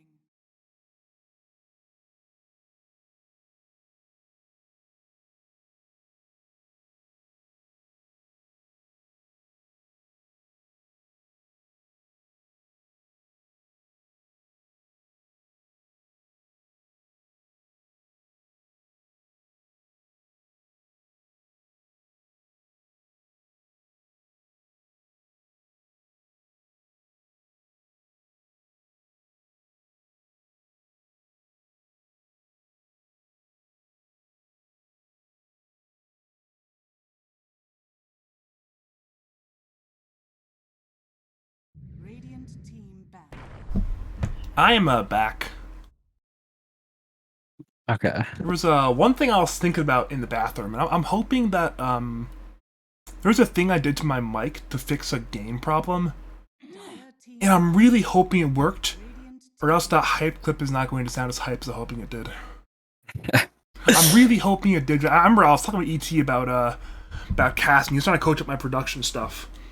He was like, "Yeah, do this and do that and do this thing for the mic gang." I noticed in one of your clips that your mic literally stopped fucking working properly because you were too loud. So I'm hoping I'm hoping I fixed it, because that's gonna be a really cool highlight reel clip to put in my caster reel if that was properly done. If it wasn't, then I am going to cry to sleep tonight. On the full, yeah, that was good. Funny thing about mics actually, as Doss messaged me like today or yesterday or something, and he was like, "Yeah, what's your setup? Like your voice sounds really clean on stream." And this is completely news to me because, to be honest, I don't really watch back the cast or anything, so I just always assumed I sounded like shit. But I this is just literally some $20 Amazon headset brand I've never heard before. There's actually a good chance your voice sounds a bit higher pitch-wise than it would in like a proper standing mic. I remember 10 seconds. anybody who's known me for long enough knows what my voice sounded like on mic before I got this mic. It sounded almost an octave higher. It was bad. And the mic helped with that. It was very cool. I've had the ability to talk to many people who have been really into microphones, between ET and Trizin and these people who are really experts on it. It's fun to get their opinions on, all right, what am I doing wrong here? Because 5 seconds. I'm not a real expert on microphones, and ET to an extent, but Trizin, literally, it's his job, so it's good to talk to him. But back to the draft at hand. I'm assuming you've discussed the Tide into TB Disruptor into ET? I only really talked about the Tide and the TV. Disruptor good against Tide because you can't crack and shell off the what's that ability called, Static Storm. Static Storm. And then ET, a classic Terrorblade counter, like maybe the biggest Terrorblade counter in the game. Something close to that. It's if you're next to him and his BKBs run out, then TB's like minus 50 armor or minus 40 armor compared to what he normally is. He just loses all of it. Dude, ET's in my chat right now. He has a very rare appearance. But I'm a big ET fan, so it's good to see him here. Oh hell yeah! I got distracted. I'm like, yeah, minus armor, yeah, TB. Like, ET in my chat. Whoa. Radiant team. What are we talking about? Pudge, nice. We have a new stimuli. It's Pudge. Yeah. I'm laughing because we're responding to DM. I mean, this is our Pudge. I mean, it's just, elimination game. Just go with the signatures. KUTV, Malphite Pudge. I mean, he's played it a number of times, but I don't. Is that really a signature hero at this point? Team pick. If you play Pudge more than once, you're just a Pudge player. If you play Pudge ever in your life. I'm thinking, okay, is Artorias still a Pudge player? He's played like 5 times in Lads. Is he still a Pudge player? I mean, definitely. Wasn't that like their whole thing for a season? Yeah, they lost all his games though. He played well every game and they went 0-5. Oh, was that last season when they just like lost a lot? Yeah, I've never seen a player play that well every game and lose all the games as Artorias Pudge in season 7. Never seen it. The season before they made finals though, right? Weren't they playing Pudge that season? They were playing like Windrunner every game. It would either be a 4 Windrunner or a 2 Windrunner every fucking game, dude. It was Windrunner the team, and it beat up everybody. And then ran into Dark W. It's like, oh wait, it's Dark W. Crap, and they lost. I was rooting for Tacos, of course, but they were definitely the underdog in that series. It's funny because the only team that had a chance to beat them probably was Stepbro I'm Stuck, aka No Teddy. But Tacos double eliminated them. This is beat the crap out of them twice. Just the matchups was not good for stylistically for Tacos versus for No Teddy, but that's of course old memories at this point. Yeah, I mean if you're trying to win, you got to be able to beat everyone. You can't, talking about matchups all day. You can't. You just gotta win. Not allowed to make excuses. But I'm surprised actually. I to hear that they got double eliminated by Tacos. I guess like I'm not too familiar with what the Lads landscape was like that many seasons ago.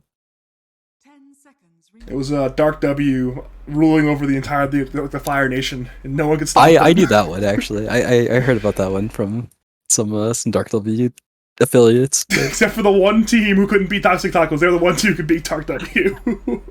Feels bad, man. Let's look at a drafting question. We have the Pattern Signature Invoker. Yeah, I mean, if we had to like list 5 Pattern heroes, Invoker would definitely be in that 5. We're talking what? Dawnbreaker, Pangolier, Invoker, Morphling, Void Spirit. That'd be his 5. Yeah, that was a very funny way of saying that. But yeah, Invoker's one of his definitely like one of his most played. He's level 25 Dota plus. I think that's just his highest Dota plus. And the first thing that comes to mind for me for Pattern is it's Morphling, obviously, but after that, it might be Invoker. Yeah, I would agree with that. I mean, I just only really can think of Dawnbreaker right now, just because that's like, just like recency bias pretty much, because like it's happening currently in the present. But yeah, Morphling's probably number 1. You're right. I think Invoker remaining. might be number 2 though. You know what's funny? We spoke so much about Lina over the DPC North American Open and/or closed qualifiers, and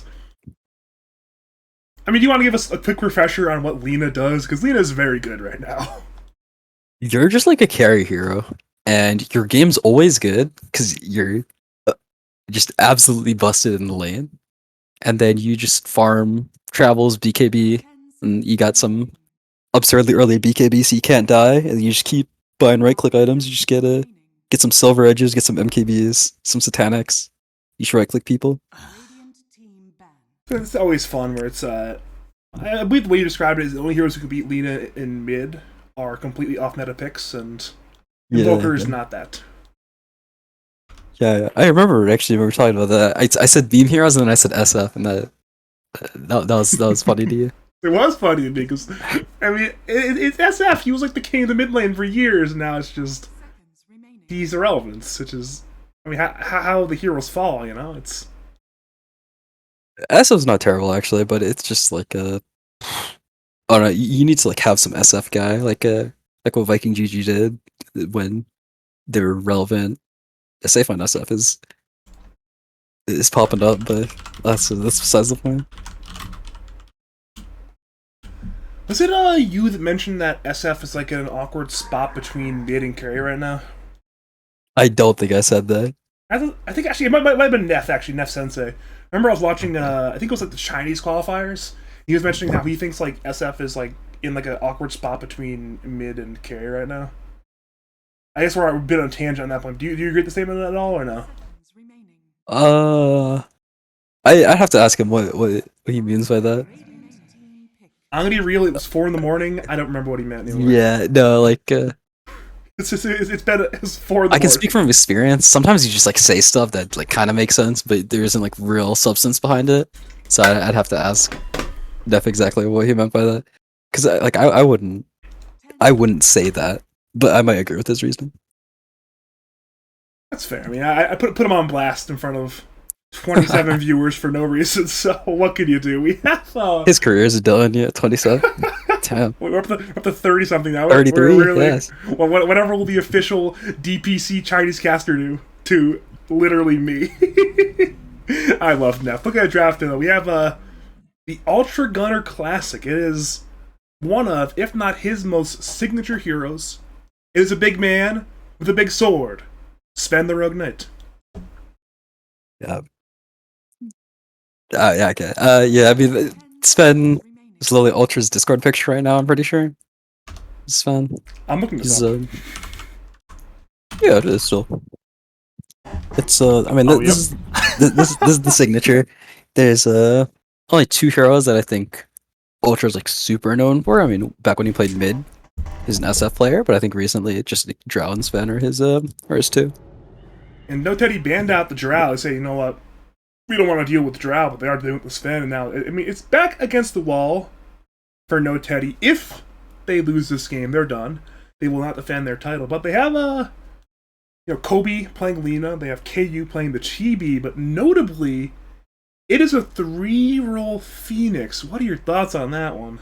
Yeah, I hate their draft, but I could honestly still see them winning.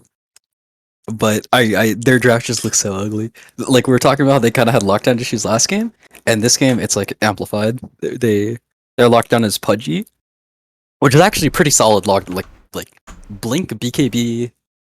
I mean, okay, it's support Pudge, but Blink Eat and then like with the addition of BKB later on is really solid lockdown.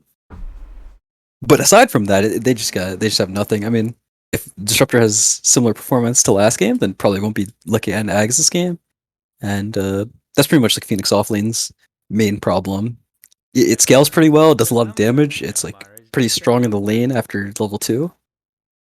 But you just got no lockdown, so it can be hard to find kills. I mean, I'm guessing you like this no-man players draft better. Yeah, their draft looks really easy. You just lag. I think I picked this for pattern as well. He was Invoker and I was Sven. This draft is really easy. The ET walks up to the Terrorblade, you Lackard the Sven, and then you click Ravage, and then you win every team fight. You just have to watch out for Egg. I mean, that's like the one thing that I think No Teddy has going for them, is they got some tricks with like Egg, and their heroes are kind of annoying to try to kill. I actually mean, the more I think about this Phoenix pick, I think I understand what they were going with. Like, it definitely annoys the Sven, and Felsky had a really good game last game, so he could like pretty much act as a second carry. But it's a lot harder to do that as Tide. You don't really see very many Tides that are just like highest hero damage in the game.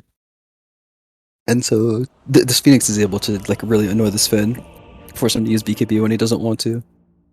And that's probably what they're going with. Because if the Sven doesn't have a good game, then it's going to be hard for no ban players to win. I still like their draft more though. You saw that terribly on screen, right? 10 wins in a row, last game, a 0-death win. That's scary. But if you are just joining us, if you are just joining us, welcome. That's unranked. Come on, that's unranked. Listen, Kate, he faces unranked games very seriously, but if you are just joining us, welcome. Played against 2 solo. I found this game. He's against a 3-stack and 2 1-stacks. If you are just joining us, welcome to Game 2 of the lads' lower bracket semifinals. It is no ban players on the radio who won Game 1, taking on defending champions No Teddy and the Dire, who are... This is a must-win game for them, so... My name is Badger, I'm joined by the one and only Logical Dota, and we are seeing the smoke into the Dire Tri-Camp. Stormbolt is there on Phoenix, and he's already skilled Spirits. He's dead. First blood will be drawn by Ultra Gunner. Or perhaps not, it'll be Nephilim instead. But the result is the same. That's good. I like that Neff got it, honestly. I mean, it probably could have helped Pattern, but getting like early items on these side lane supports is really nice. Like, this will either go to his Orb of Venom or his Boots Fund on Neff. Or at least I hope it goes to an Orb of Venom or a Boots Fund and he doesn't just like buy salves. It's likely he's going to buy salves. It's very likely he's going to buy 3 salves of that money. Sorry, 2 salves and a down payment on a 3rd salve. Hook is there on the Pattern. Pattern has the Colossus Orbs. He's trying to run. Malphite has a lot of damage, but not quite enough to bring down the Invoker. So there will be no second blood, but it's still... It's a good day to get first blood. And for no-ban players, they do not end up getting a 1-for-1 trade pre-horn. Pattern has 13 regen under this tower protection, but this matchup is not good for Invoker. It's not terrible either, but like as I said, he just absolutely owns. Yeah, he denied it. So, and this is the kind of thing that I was talking about before, where like these early waves matter a lot. Like just being able to get like cheeky denies like that is really strong, and that's how you're able to survive these bad lanes. That was a good stun though. He was able to stun Invoker while he was tanking 2 melee creeps, so the stun did like more damage than what it says on the tooltip, just because had the extra damage from the creeps hitting. I'm gonna be real, I missed that stun because of the hook bottom lane. It didn't result in anything, but it's like I see on the minimap, like I see the orange marker move suddenly. Like, all right, hook just happened. You better move the bottom lane. What do you buy? Okay, I'm about a ring regen on E2. I'm a little bit disappointed, but I mean it's still it's not regen for his carry. It's regen for himself. Top lane, Keita almost dying to Jinx, but is 1 hit short in the Dark Bolt to find that kill. Now KU walks back in, but should be no kill in either direction. Nofilski wants to go in with the Gush once again. I mean, whenever... Wait, so... No, it doesn't look like anything major's gonna happen. But whenever you go for a kill attempt in the side lane, if you're able... if you're not able to actually finish off the kill and then they get to salve up, it's generally pretty bad for you, because normally when you like try to get these like this like last bit of damage on these kills, you kind of like because like you're willing to give up so much to get that damage, you end up putting yourself in like in unfavorable situations, and so they ends up like being a good trade for Dire just because they went for the kill, and so they end up kind of committing, and so they take some creep damage, and yeah, Jinx. Question is their top lane. Jinx pops the brambles. KU low, Jinx low. Who will die? Jinx under the tower. Pulls back over to KU. He walks away with the meta activated. Only casualty, Filski's courier or courier. Is he gonna? Oh, alright, sick bramble dodges. I mean, that was close. That was a meta usage though, and then TV almost died. I'm like perpetually scared of missing first. Actually, I'll say I'm perpetually scared of missing first blood, but it already happened. Never mind, we're good. I missed it game 1 because there were 2 fights happening, and I mean the usual suspects are roasting me, so yeah, I have to catch it no matter what. So that one of the Twitch chat, yeah. The usual suspects. Alright, I don't know if you're watching mid there, but that was another. That's a good another LSA, you're right. I wanted to Yeah. see the LSAs you're describing. That was a two-man Okay. LSA with 2 mana creeps once again. Pattern. I mean, sure, he's got 17 regen, but he needs it suddenly.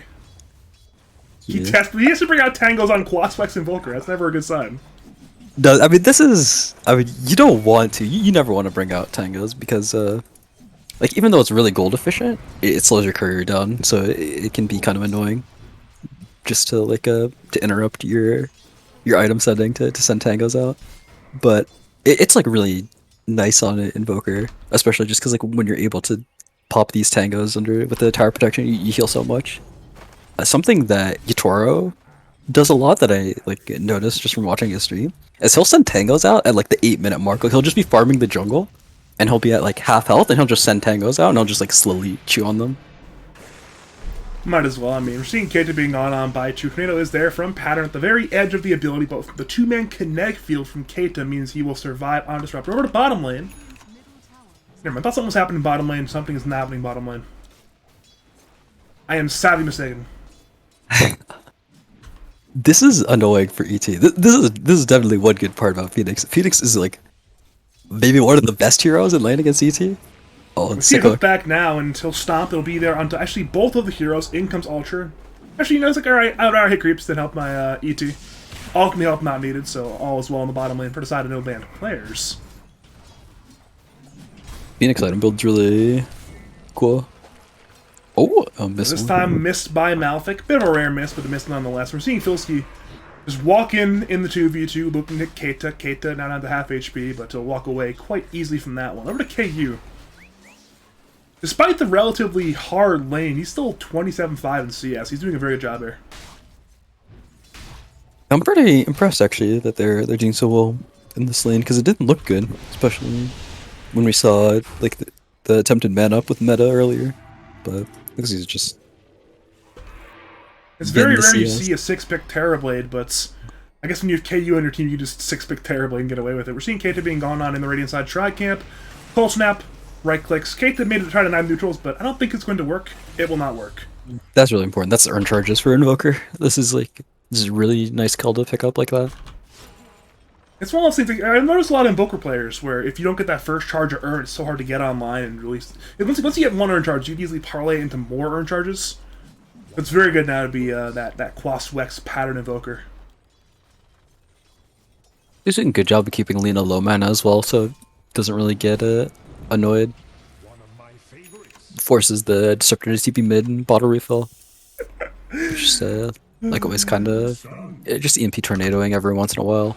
Like normally after you get level 3 Wex.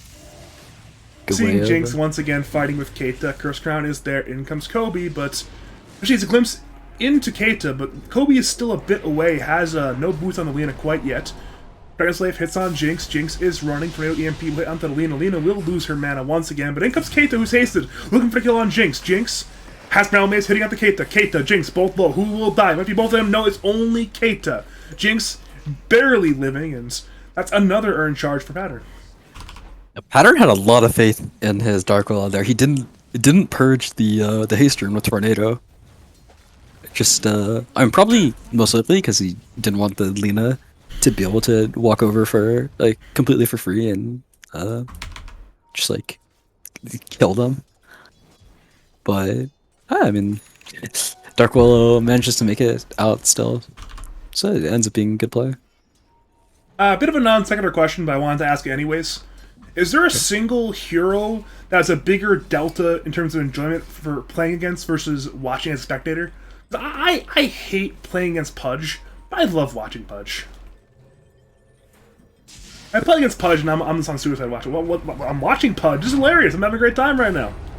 This is fun. He's fighting bottom lane in 2v2, but in comes Pattern with the rotation. Tornado EMP are there on 2. Malphite goes down. M17 tries to get away. He has Cold Snap on him. He might still survive. Phoenix, low, Pattern, diving, Pattern. Actually got the last right click there onto M17. He will survive in the Phoenix. Ends up being a 1-for-0 trade, but... Yeah, Pudge. See, Pudge made an interesting fight there bottom lane. You know, it's nice and fun. I also get hooked a lot, so I might have to agree with you on that one. Felsky does not though. It's like the skill shots being missed or hit. It's just like it's always a fun little thing to talk about. Mid lane though, it's Kobe being gone on by Pattern and Jinx. Curse Crown is there. Lina goes down in the mid lane. Now they run at Kate. That's a 3v1 Scepter on the run. Malphite has Hook. Misses it on his Allied Disruptor. We're seeing some Allied Pigs coming out from No Teddy, but with the 3-man kinetic field, it will be no harm, no foul. Okay, so Pattern is playing like really well this game. I feel like that rotation bottom. Even I thought it was gonna be able to kill the Phoenix, but it was like super close. He was able to kill the Phoenix. But we saw it last game too, where Kobe had a good rotation, ended up really helping out his Pudge alive, right? Yeah, Pudge alive. We saw it from Kobe last game. Now it's Pattern with big rotation on the Invoker. But I mean, he's playing really well and he's finding the side lane kills, but he's like still lower net worth than Lina, and like sure that like Lina's a little bit cheating just because Invis Rune, Glimpse, LSA, Laguna, Fire Spirits, dead Sven. Stormbolt thrown out onto the Lina before he dies, but the result is still the same. It is a dead Sven, and much like last game, it's No Teddy prioritizing shutting down Ultra Gunner, and much like last game, it's paying off so far. so Ultra's probably going to be strong no matter what happens this game, but I think the biggest thing is just making sure your Terrorblade just like has a phenomenal game. Just because this TB Sven matchup, I think traditionally it's been like pretty heavily TB favored, just because you buy a Scotty and it's really hard for Sven to do anything into your armor. But I mean, especially this game, if the Sven has a good game, we'll just be able to flat out kill the TB. Pilsky might be dead. Supernova's committed. Bot lane. Glimpse is there, bringing closer to the Nova. Ravage will be there on the 2 hero. Will bring down the Disruptor, but he might just die afterwards. Apparently, it brings down the Tide. Now it's Pattern on rotation once again. Cold Snap is there, but it's dive away by the Phoenix. Phoenix gets away. It ends up being 1-for-1, but if Malphite arrives and they look for Pattern, Hook from longer range brings down the Invoker. And suddenly it's looking very good for No Teddy bringing down 2 cores and doing enough damage to bring down that tier 1 tower bottom lane. That's 2 kills for 1 plus a tower. A fantastic trade for the Dire. And this is like kind of the sad part about playing Cosmix Invoker. I mean, the hero's obviously like insanely good. I'm not trying to say the hero's bad, but Pattern has been like playing like well above the skill level of the lobby, I want to say, and he's like the lowest net worth core in this game. The Pudge is close in net worth to him, which is like never something you want to see. And I mean, that's just an unfortunate reality of his heroes. It's pretty hard for him to hit creeps, and I mean he'll have a Midas, but it's gonna be a late Midas. It's gonna be like a 16-minute Midas or something. So his game is not gonna be amazing. He's pretty much gonna be just relegated to like Tornado EMP and then Alacrity this phone. It's always, I mean, it's still a high-impact hero, luckily, without farm, but I'm sure you'd rather have the farm Pattern than not. I mean, the Midas will help, but he's not close to the Midas. He has 8 gloves and no money.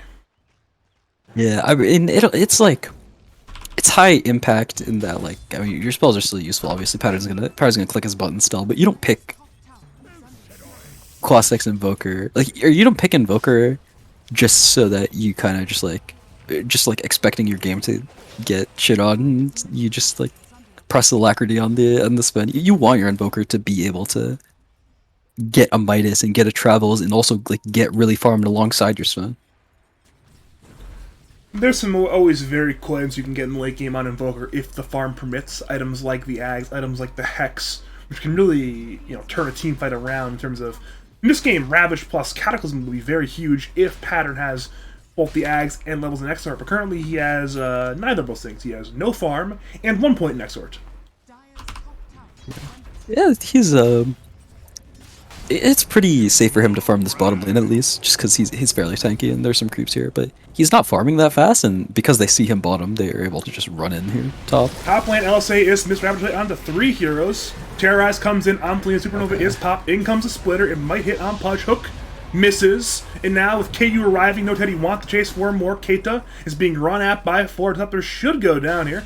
So despite that, it just ends up being a 1-for-1 in no ban player's favor, and that is fighting with the 5v4 advantage. They end up losing the fight 1-for-0 with Ultra just free firing mid lane as it happens. It's Dire's having trouble killing heroes. Wait a minute, this could be a huge kill on the Lina once again. Brown Maze misses. Sunder is used for good measure by KU. He's looking out for his mid laner hook. A little bit short from Malefic. Not much you can do about that one, but... Yeah, I mean, That was unfortunate. it's very That's, unfortunate. Yeah, that unfortunate coordination pattern kind of ends up saving him there. Because the tornado dodges the stomp. And Lina's so fucking quick, is able to just run even through the brambles. Well, in comes the EMP and the Tornado on 11-17. He'll dive away, but it's canceled by the Cold Snap. Urn comes in. Phoenix low. Lacrity popped. He tries to get with the Spirits, but will it be enough? Meanwhile, mid lane, Malefic has Dismember. Cannot use it thanks to that Cursed Ground. Lina and Pudge are there, but in the very end, it's Radiant still perfectly alive. 2 fights happen. No one dies. Everyone still is good to farm. AU has a Sage and Yasha complete. Okay. People don't really build TV like this most of the time now. You'll see like some like casual Yashas, and then like finishing an item later, like finishing a Scotty, or like going Dragonlance Scotty, and then they'll end up upgrading the Yasha later, or they'll just like they'll straight up go Manta if they're against some kind of Orchid hero or something that Manta's nice against. But In you don't really between bot lane, Jinx. Poor Jinx. What? Actually, Laguna not there in time. Curse Crown Terrorize used. And Kobe. Perhaps the abilities used in the wrong order, perhaps not, regardless of Lina does not find the kill on Dark Willow. Jinx gets away. Yeah, that's unfortunate. Only had 2 stacks of only had 2 stacks of fiery cells because he waited on the ult there, which is like somewhat reasonable because it does kind of feel good to finish it with the ult, and I don't really have a good way of explaining it, but finishing with the ult is like a reasonable thought process there. But on Lina, you just have to cast all your spells instantly when you're going for plays like that, maximize your damage. So, I mean, it's not much time. If it was maybe level 4 stun, would have been long enough. It's only level 1 LSA That's true. on Lina, so that's nearly a second less of stun duration than she would have ideally wanted. Hook from long range on Filsky. Problem is Filsky is a Tidehunter. Glimpse used as well, but once again moves Filsky about 50 units or so. So Tide does not care about Dire and their abilities right now, it appears. Filsky's played really well this series. Died 0 times last game, and he's just like kind of using his big body well this game. T1 tower, it's dead, goes down to Pattern on the Invoker. It's now 2 tier 1s dead for Radiant, though Dire did bring down one of their own in the enemy safe lane, so it's only that differential in the mid lane, but for no-ban players, bringing down that T1 tower is always huge to say. Make moves like this into the Dire jungle. Filsky has Ravage, looks 4 kills. Glimpse brings Tide back. Brelmace is there on Pudge, and with the Sunstrike and the Bedlam, it is enough. Down goes Pudge. Those kind of kills are really nice for Invoker. This is like one of the easiest ways to get back into the to become a farmed core again. Getting lasted on kills is super nice. I believe it's him having the kill means that there's more total gold generated, right? Because I want to say it's more assist credits or something like that. Maybe they changed the formula with Jinx. He may be in danger. Tornado is there on the Phoenix. Supernova pop Jinx low. Who will die? Supernova being focused. Splitter comes in, bringing down Jinx, but it's a trade for the Phoenix. Now Laguna and Satisfirm are there on the Invoker. Invoker goes down. It's Dire chasing 4 more Glimpse. On cooldown for 14, so it should be the end of the fight now, but they still will run at Ultra, who's in the top lane, but he appears to be fine. Hey, he'll TP away just in time. I don't know very much about the kill credit thing. I'm sorry, unfortunately. I know it used to be that way, but they've changed the formula about 14 times in the last 10 years, so it messes with my head. I was hoping that you would know, because I definitely didn't. I think there's like something about like AoE gold, right? It's like an Invoker doesn't get the AoE gold because he was like so far away. He's like past 2,000 range or something. He gets the kill. Wouldn't that give him the AoE gold? I actually have no idea. I think that might be it. It's like it doesn't get split by the Invoker because he's not in the AoE, but he still gets the money because he got the kill. Something like that. Some kind of wild and crazy. It's one of those things where you can only get an interaction like that in a game like Dota 2, where it's we've committed what, like 15,000 hours combined, and we have no idea how kills are generated still. 59,000 hours combined? I wish. I almost had 15,000 hours in this game, too. Never mind then. Make that number more like 23,000. Yeah. I don't do less hours now. I don't know why. Maybe it's because you're young. I forget that back when I was young, I had time to play video games a lot more than I do now. Your combined Dota hours are probably still less, man. I didn't have that many hours in Dota 1, though. I only had, Oh, yeah, actually, no, I think I was... you mixed up with someone else. Yeah, you were early Dota, too. I think I only played like maybe 300 hours in Dota 1 at most. Maybe less than that. We're seeing Keita being run at, but actually Radiant instead go to Tri-Camp. The Illusion scouts out Jinx being hasted, and Dire will get away quite easily from the 4-man smoke gank from the side of no-man players. Oh, that's so unfortunate for both the heroes I just showed in the top lane. If either of them walked there like 2 seconds later, they probably would have tried to kill the other one. Seems And like everyone's content to farm though, instead of make some kind of wild and crazy play right now. yeah, they like appeared at the wave at the same time. So like because the Lina showed, you're not going to be able to kill this Sven because he's just going to run away because Sven sees you, and the Sven like walked up too close so that he couldn't get a good angle to go into Lina.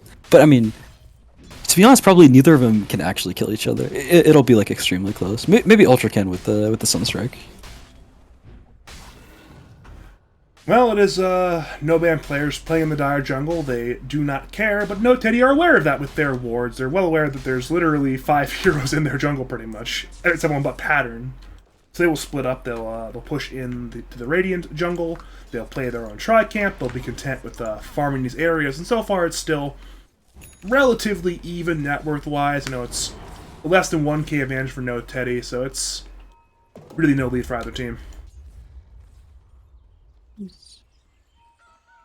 Ultra TP's bottom just to de-push the wave, but that feels bad because now he's gonna have to make the long road back. I don't. Okay, fuck, I don't know how to ping it. Like he's gonna have to walk a long way to leave this lane. How do you draw on the map? You don't anymore. Used to be able to now. They removed it, so trust me, I know. I got real mad at this a month ago, so I understand. I see. Okay. I mean, it's just unfortunate, but yeah, he TP's bottom, so his team has to come to connect to him. But Well, they're gonna get their Malefic, jungle he back. is in some severe danger. Cold Snap, Stormbolt, Shadow Realm, easy kill. Even goes to Ultra Gunner on the Sun. But wait, there's more! They look with their splitter for KU. KU gets away. Filski has Blink and Rouge, but does not commit it with the Arcane Rune. KU walks away. Thought there might be more, but it's merely, once again, 1 kill there onto the Pudge, and I'm sure both teams are relatively content with that one. You, I think. I mean, he went for super tanky build. I think he has got a lot of faith in his Lina. That's what this kind of itemization tells me, because he is not gonna be doing that much damage. His main goal in this fight is to, like, get gone on pretty much, because he doesn't really have a real frontline offlaner, and he's just gonna apply Scotty on the Titan this Sven, and Lina's gonna be the one doing most of the damage, with the Phoenix standing behind. It's one of those things, too, where normally KU does not build his TB like this, so he's saying, you know what, I want to adapt to this game. I will be ready to tank the damage, and he's already got 2k HP, and with that, the item of the Dota game, Scotty, being purchased, that will be a good bit higher, close to like, what, 3.2k at that point? Yeah. I wouldn't be surprised to see him buy an Ags as well later on, because it's really good synergy with Phoenix. It's like one of the best ways of protecting the Ag. And he loves buying. He was buying the Terra before it was cool to buy it. He would love buying it as like a 4th or 5th item in some games. Hook is there on Ultra, but the follow-up, it's only Lina. Is it enough? It should be enough. The Luna is there. LSA not committed in time. BKB popped by Sven. Sven on the run, but dies to Lina. And now, in the Dire jungle, it's Nephilim being gone on by Phoenix. Or maybe not. But still, it's a massive pickup for No Teddy, bringing down the Sven in the bottom lane. That is exactly what they want. A massive kill there on the enemy carry. Radiant's middle tower is under attack. He was buying Ags on TV before it was good even. I mean, it's really unchanged though, isn't it? Hasn't it like not changed ever? It's it like, okay, so Oh, like all the way back, it used to be like every time you pressed meta, like I don't even think there was a separate ability. I think it was just when you press meta, it would go. Oh, that never mind. I forgot about And that. one. then after that, it was like you could only like it was a separate ability, but it was only after you pressed meta that you could actually use it. Okay, And- to his death, Oh, Supernova is sick. got patterns brought away. It's never bringing pattern back into Supernova radius. Terrorize comes in onto Pudge. Pudge, once again alive. Jinx goes down. Now it's Dire. They see pattern. They know he's alone. He has TP scroll, but I'm not sure how he gets out on this one. Hook actually misses, but the Yules is there from Phoenix, actually. That'll be enough to bring down pattern, and it ends up being a very good trade for No Teddy. Ends up being a 1-for-2 in their favor, bringing down the enemy side of mid laner, but they did commit Supernova to do it, and Static Storm for that matter, while Radiant still have Ravage. You're happy about that. I think this Invoker is like catching up. He's got the Ags that we talked about. You know, we're talking about he would like to have Cataclysm and high levels of Exor. Now he's got the highest possible level of Exor and Ags. Yeah, you're right, he does. He's ready for the Ravage Cata combo, throw in, spend damage, throw in Earth Splitter. That's just a lot of damage. Yeah, with the Earth Splitter, it will like pretty much kill any hero. I want to say. At the point now where, I mean, we've seen a lot, much like last game, where if No Teddy had the right team fight, they could have won the game. Now, No Man players, if they can get the right team fight, they can straight up win the game, where if they played perfectly with the Sven, the Invoker, the Tide, the ET, there's just no way to take that team fight if you're No Teddy.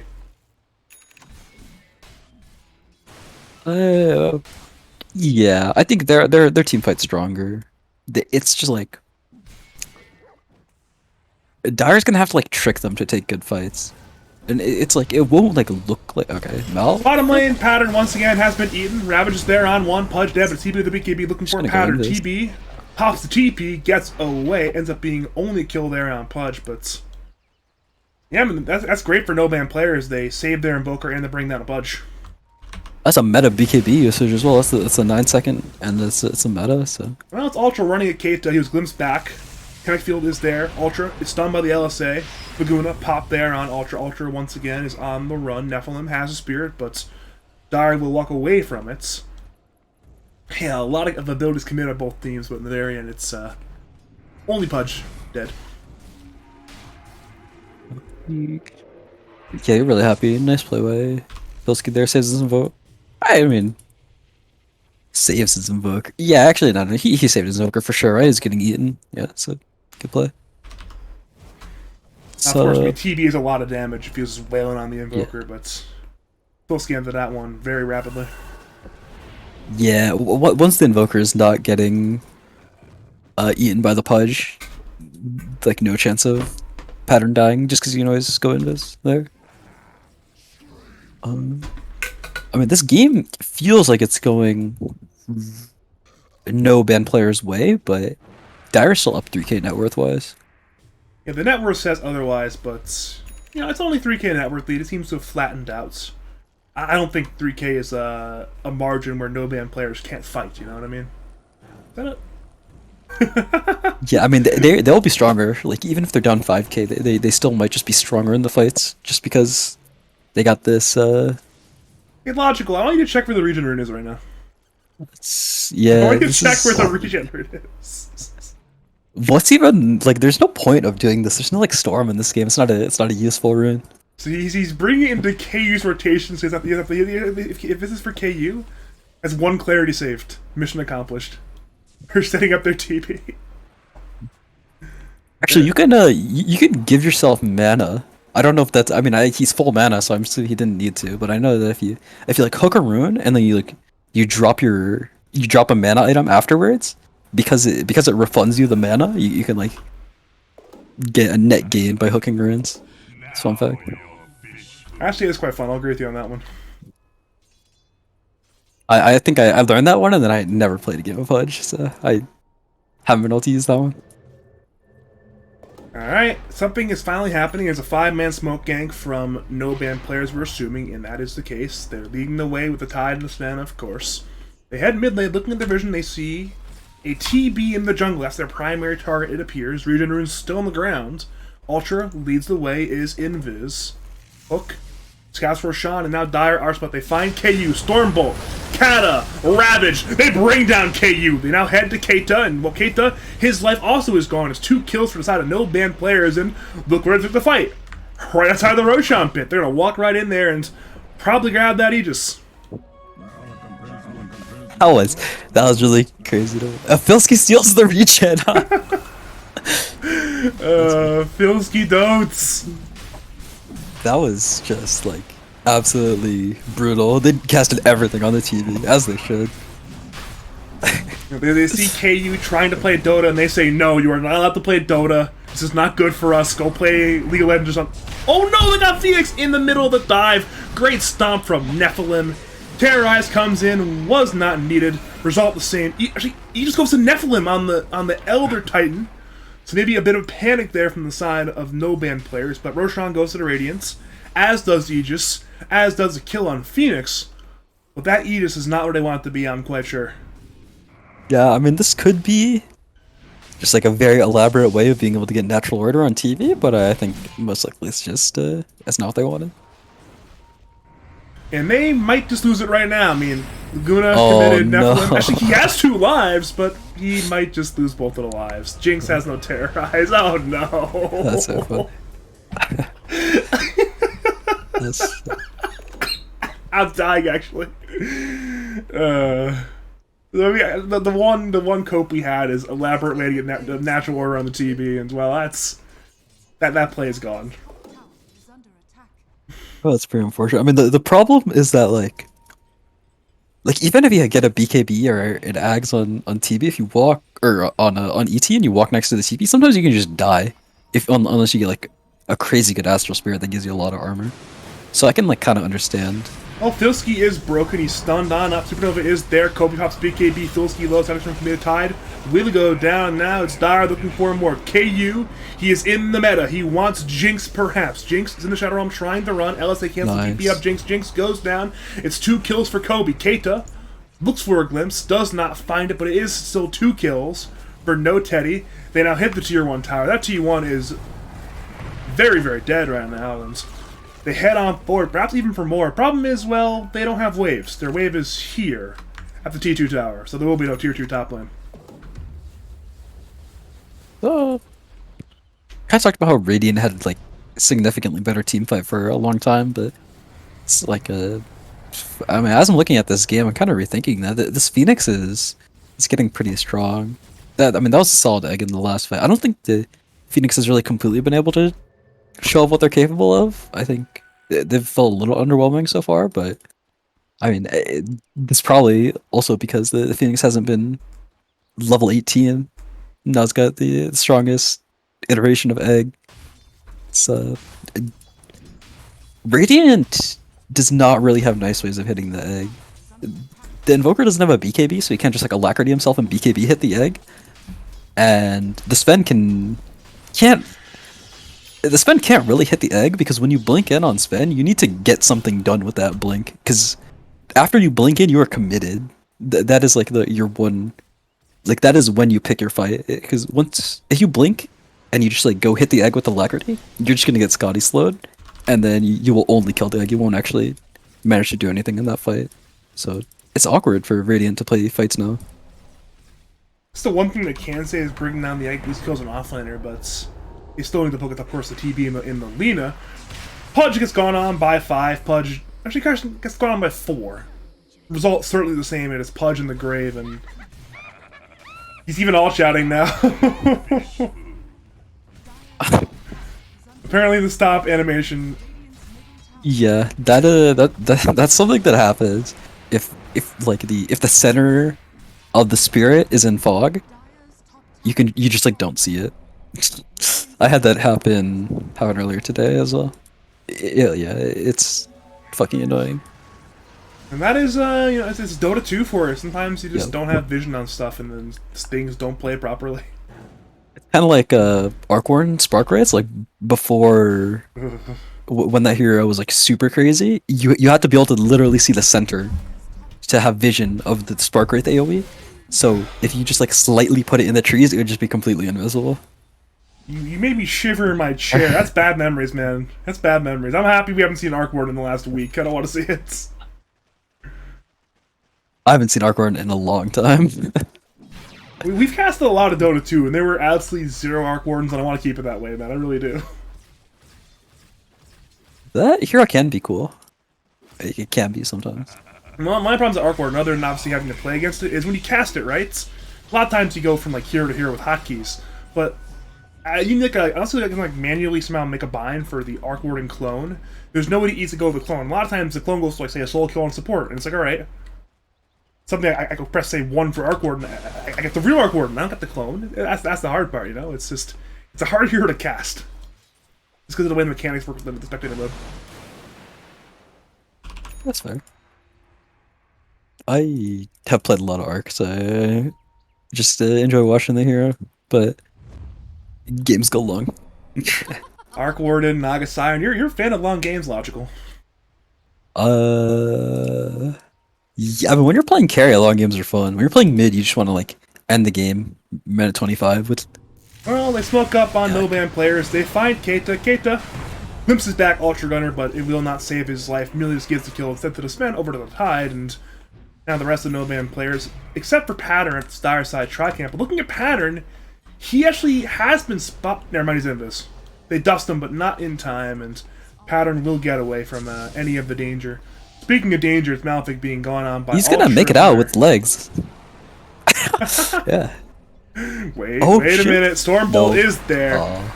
God Strength is not used, will not be needed. Down goes Malphite. It's now both supporters on the side of No Teddy in the grave once again. And it's funny how no-ban players, they just keep getting kills, but the net worth lead keeps going in the Dire's favor.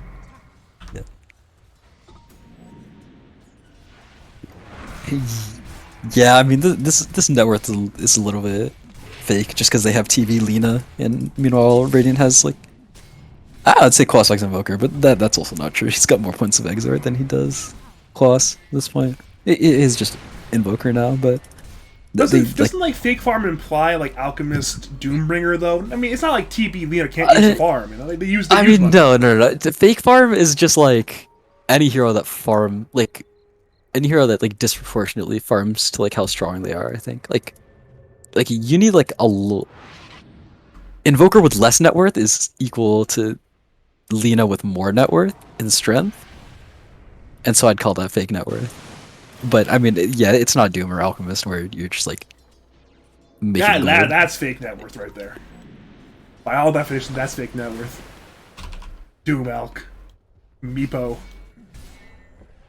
Beepo, I feel like is not fake net worth because you have your numbers are very big on Meepo, but you're that strong. You're that big number strong. Wait a minute. How is Meepo net worth not fake, but TB net worth fake? I don't understand. Because like in this game, like TV is very high net worth, but he's like barely stronger than Sven. Like he doesn't actually kill people. He's got right? barely more farm than Sven. Yeah, but he's like not stronger than the Sven. Is he not stronger than Sven? I feel like he's stronger than Sven right now. Am I wrong about that? I mean, he just like hits like he's not stronger in the Sven because he just like hits people, and he doesn't do that much damage. Like he bought Silver Edge so he can like kind of like hit people to crit them, but he's still like not that like the Sven is like all his team's damage, and the Sven does a lot of fucking damage. I'll agree with you on that one. That's definitely a lot of damage from Sven in this game. Especially because they have the Gush Eggs and like Alacrity and different ways to buff the Sven. We're waiting on something to happen once again. Both teams are playing it slow. They're both waiting on the second Roshan, and guess what we have? A long Roshan respawn time. It's in the last 1/6 of possible respawn windows, so much like us, the teams will be waiting for that second Roshan, the Free Aegis and the Aghanim Shard. For both teams will be huge, but no-ban players look to break up the monotony. They smoked up as for Ultra once again leading the way. They've run into a TB illusion, but it's a TB illusion. They will not go on it. They will instead head into the jungle looking for more. They may see Keita. They'll see what the Observer ward now, but Dire saw the ward get placed. Keita may still die. Ultra blinks in a Stormbolt there. Down goes Keita, but we mentioned Jinx tanking ganks last game. That's certainly a gank tanked by Keita. I mean, yeah, a little bit. You're happy that your other teammates didn't die, but you did die like outside the Roshan pit, right? So if Roshan was to like spawn, like at some point, it would feel bad having that death because you wouldn't be able to fight it, or you'd be significantly weaker fighting it. Did you know that ascetic tap works on illusions? Huh, I That was- really never knew that. I just saw that on that mid creepo when he sent the conjure image at it. That's interesting. Oh, wait, that's... Okay, we have both learned something today about Ascetics Cap. Radiant's top Surprised that works, actually. Surprised that works. Look at the one that's lower duration in the mid lane. Its ascetics cap is on cooldown. It is. No way. Is he gonna die? I mean, Jinx... And I'm seeing a Nephilim die. That's who died in the top lane, my bad. That's how I was looking at. What was going on? I was looking at Jinx to fight with the illusions. I thought it was interesting. I was looking at the Okay, aesthetics cap buff. I was looking at Jinx losing to fight the illusions. I don't know, man. It's the first kill in like 5 minutes other than the Kate to go. I miss it. Whoops. My bad. That kill is sick if you're Pudge, by the way. Like, I don't think it was like, insanely mechanically intensive, but he got like a level and a half, I want to say, and like 1,000 gold, even though he just killed the 5 hero. Well, Filski's broken. He's feared. He's supernova. Glimpse is there, bringing Filski back into the pain train, and well, he's now in the grave. That's Filski dead for 82 seconds. Luckily for him, Roshan. Never mind. It's been 2.5 minutes. Roshan's alive in 4 seconds. So if No Teddy head on into the pit now, they can grab their exclusive offer of a second Roshan in a 5v4 fight. I'm And both teams are now aware. I'm surprised Silsky didn't press any. They didn't commit anything to live there, but I guess his read. Oh my god! Well, Ultra gonna try for a kill, but the Blast Rig kept League of Legends alive, and now Oh no! it's a hook onto Ultra. But Ultra just destroys Malefic, and that's a fascinating fight in both directions. Simply Pudge being dead on that one. Oh, that was really unfortunate. They like barely chain stunning people with Light Strike Array is really annoying because you want to like get the maximum stun duration, but you also like there he like timed it. 7-17, your life is forfeit. A few hits from Sven brings down the Phoenix, but as that happens, it's Roshan. It's a DD right outside the Roshan pit. Great 1 and 12 for KU, and with the DD, they'll just simply grab the Roshan quite easily, unless no band players can get there in time. They're going to attempt to stop it. Pattern is nearby. KU No goes in Godstrength. for Invoker, meta, pop Invoker, low Invoker, Oh dead. my. In comes Earth Splitter, it will hit onto 2 heroes, but they will still find HP. Kobe and KU, their BKBs are ending now. Ultra engages for the Lena. Blaster is there, Setstorm is there onto 1 hero. Pudge eats on the Sven. Sven is dead now.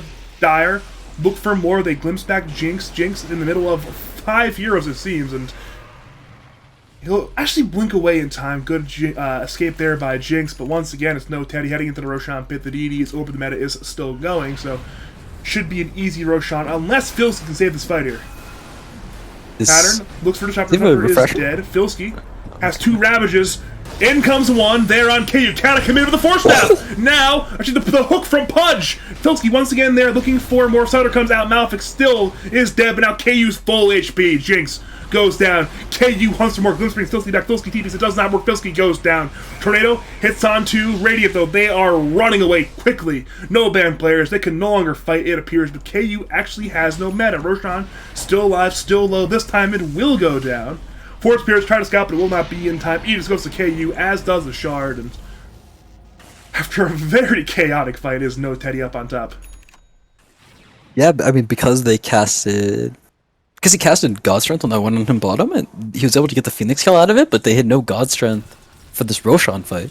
It was like really good recognition by Dire to take that fight while it was awkward for the Sven, and he has to make a suboptimal Blinken. And then once he dies, it's just like impossible for Radiant to fight. It was a good hook actually, though. They had one chance where if they're able to get this like double Ravage into Cataclysm and Invoker spells, they can kill the TB like before he can press any buttons. But hook from the Pudge just dodges all the Sun Strikes. It's a great play from Malefic. We mentioned it was a signature hero in the draft, and I guess he's delivering. You said on it that wasn't. promise. I was wrong. You were right. I've been Don't wrong give up that before. easily. Now I feel bad. Listen. You. I mean, you were right. I mean, I went against it. It turns out Logical was right on the reads in that one. We're seeing Pattern go on Kobe bot lane. Silver Edge is popped by Kobe. Pattern also goes invis, so both mid laners will run around the trees, and Pattern actually is stunned, but Bottom tower is under attack. doesn't necessarily know the pattern is stunned. He's slowed by the Ghost Walk, and now it's TP away. LSA is No actually way. up. Wow, pattern. Huge jukes from pattern. Yeah. I mean that was close. I honestly I wasn't using my brain very much in that engagement, so I couldn't actually tell if someone like did something really cool or if or if it was just chaotic. But yeah, I was. I wasn't using my brain very much. That's a choice quote right there. It's a choice quote. That's really nice for pattern because now he like would have to potentially buy back if he was to die there, just because they have Aegis and TB kills your building so fast. But now we'll be able to. Yeah, he's gonna buy out this refresher now, and I have to agree with this decision. Just this double ravage, double cataclysm. Heroes are gonna die. That's the goal there, is ensure you win the team fight, and if one cat and one ravage aren't enough, then double on down with the double cat and double ravage, and that's... I mean, if they can stun all of the saves, that might be enough, but we're seeing at the point where this Pudge is just actually ruining the team fights of no-ban players, bringing KU away from the overwhelming damage combination they provide. Yeah, but another interesting thing about this refresher is Pattern's like able to solo kill heroes now. Like I won't say if this is set accepts cooldown, he can solo kill the TV, and he can definitely solo kill the Lina if he's able to like pop the Lincolns out of invis with like cold snap and then hex into his spells, refresher hex, more spells. KU, the map, that's the real TB. I'm not sure if they knew it was the real TB there. They'll gush, but KU is What? perfectly fine. Oh, okay. Yeah, you're right. The gush canceled the stomp. I was so confused. Why he didn't get stomped. Radiant's top tower has fallen. Here we go Jinx once is- again. It's Jinx actually had a very odd angle for the fight. No Teddy want to go high ground, but of course no ban players don't want to let them go high ground.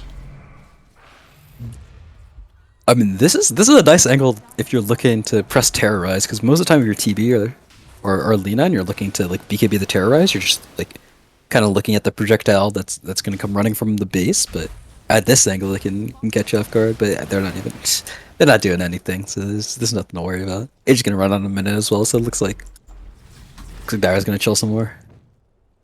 Yeah, I mean there was a not great equilibrium in the lanes. I mean mid lane was not in their favor, bot lane's not in their favor still, and I guess that is the Aegis waited out there, unless no Teddy go right here right now, and they appear to have no intention to.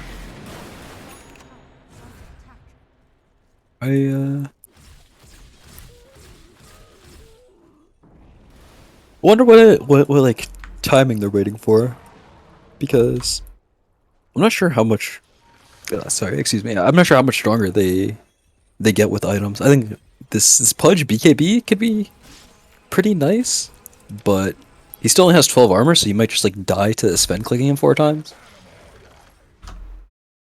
And like even though the Dire can like slightly scale up, like the Terrorblade's pretty much full slotted, and the Lina can't like really buy items that make her a lot stronger. The Ants will be nice to live, but it's not like that much. You don't get that much stronger.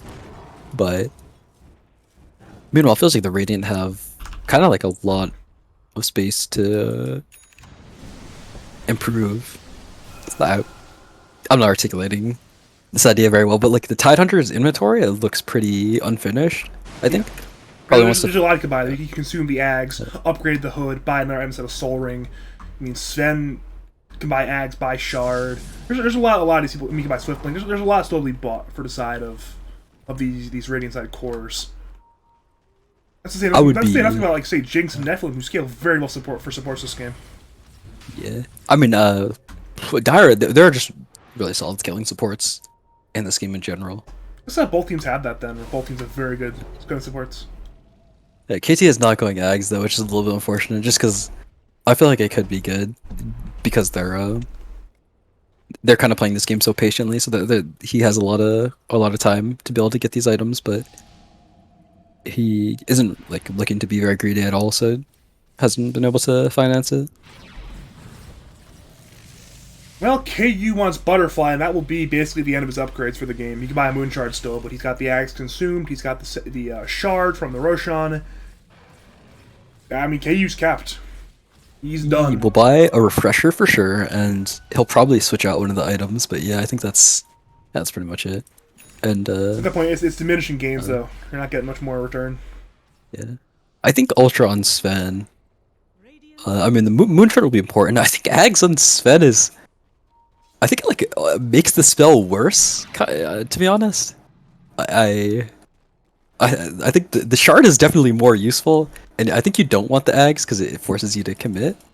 But I mean, even without like eating stuff, having a backpack refresher is really nice on Sven, and you don't mind like switching your slots because once you have the Swift Blink, you don't mind giving up your boots just because you're hasted in the Swift Blink duration anyways. Oh, nice Well, find. bot lane Pudge, he has been found. Jinx Pattern, they are both there. In come the Deafening Blast and the Meteor. Down goes Malefic.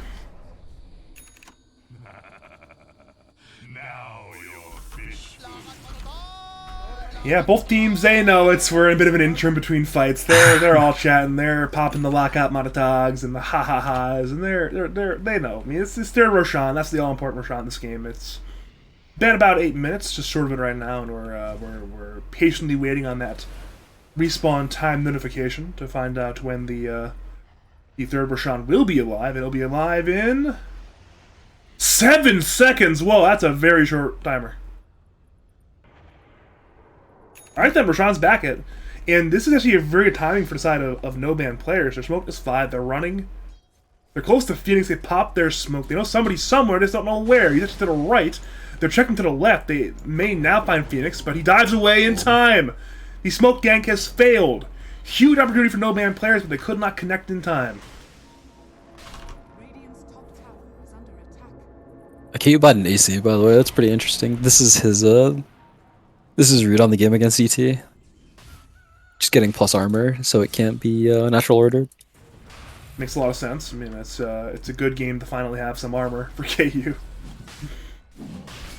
Well, Ultra Gunner is in the Roshan pit. No-ban players want it. There's an illusion on the way from KU that should scout this, I believe.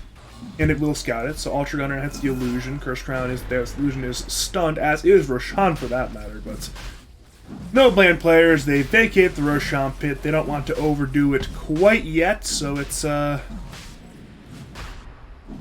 we Lucian have kind of turned fucked up farming. Roche. Lucian took the Roche for a long time. It's a strong illusion. It's a- Not literally, but it's a very farmed illusion, I should say.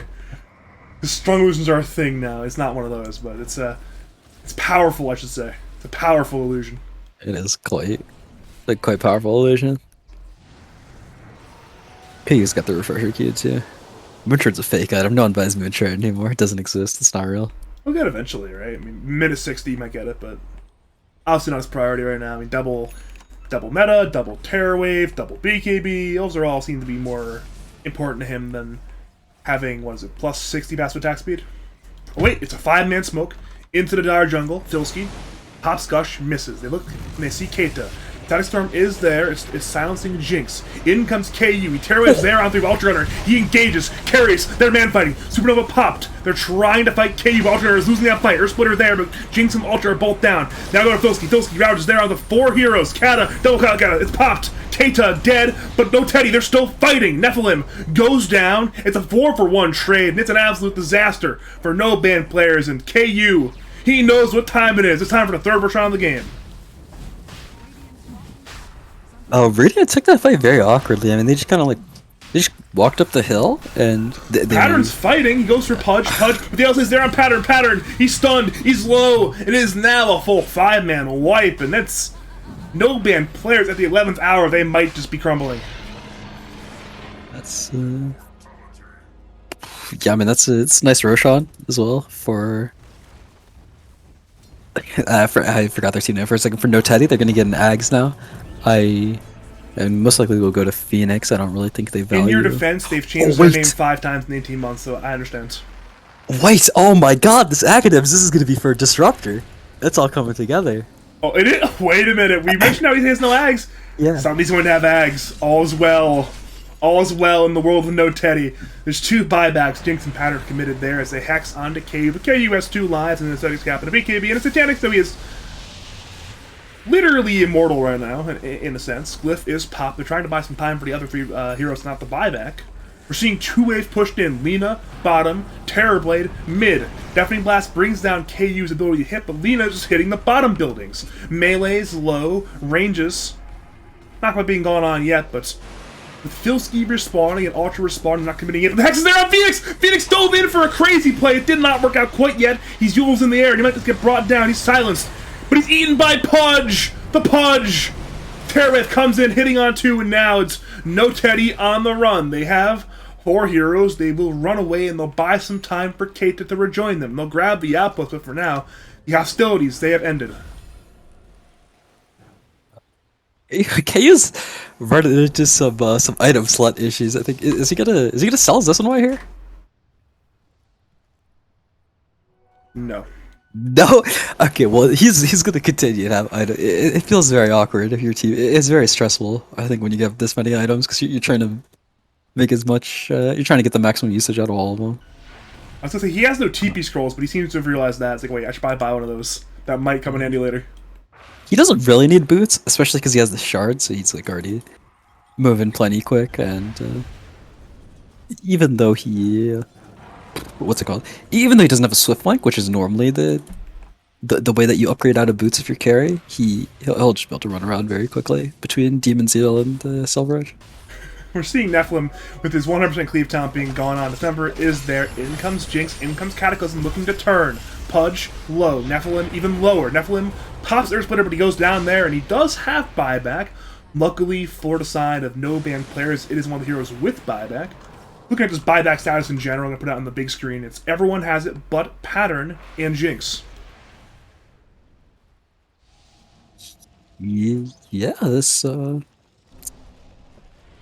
that buybacks will be very important in this game, especially for both teams. For Dire, if Radiant commits Ravage Cataclysm or like double Ravage double Cataclysm, even if you die, there's the potential to just buy back and come back into the fight where they're significantly weaker.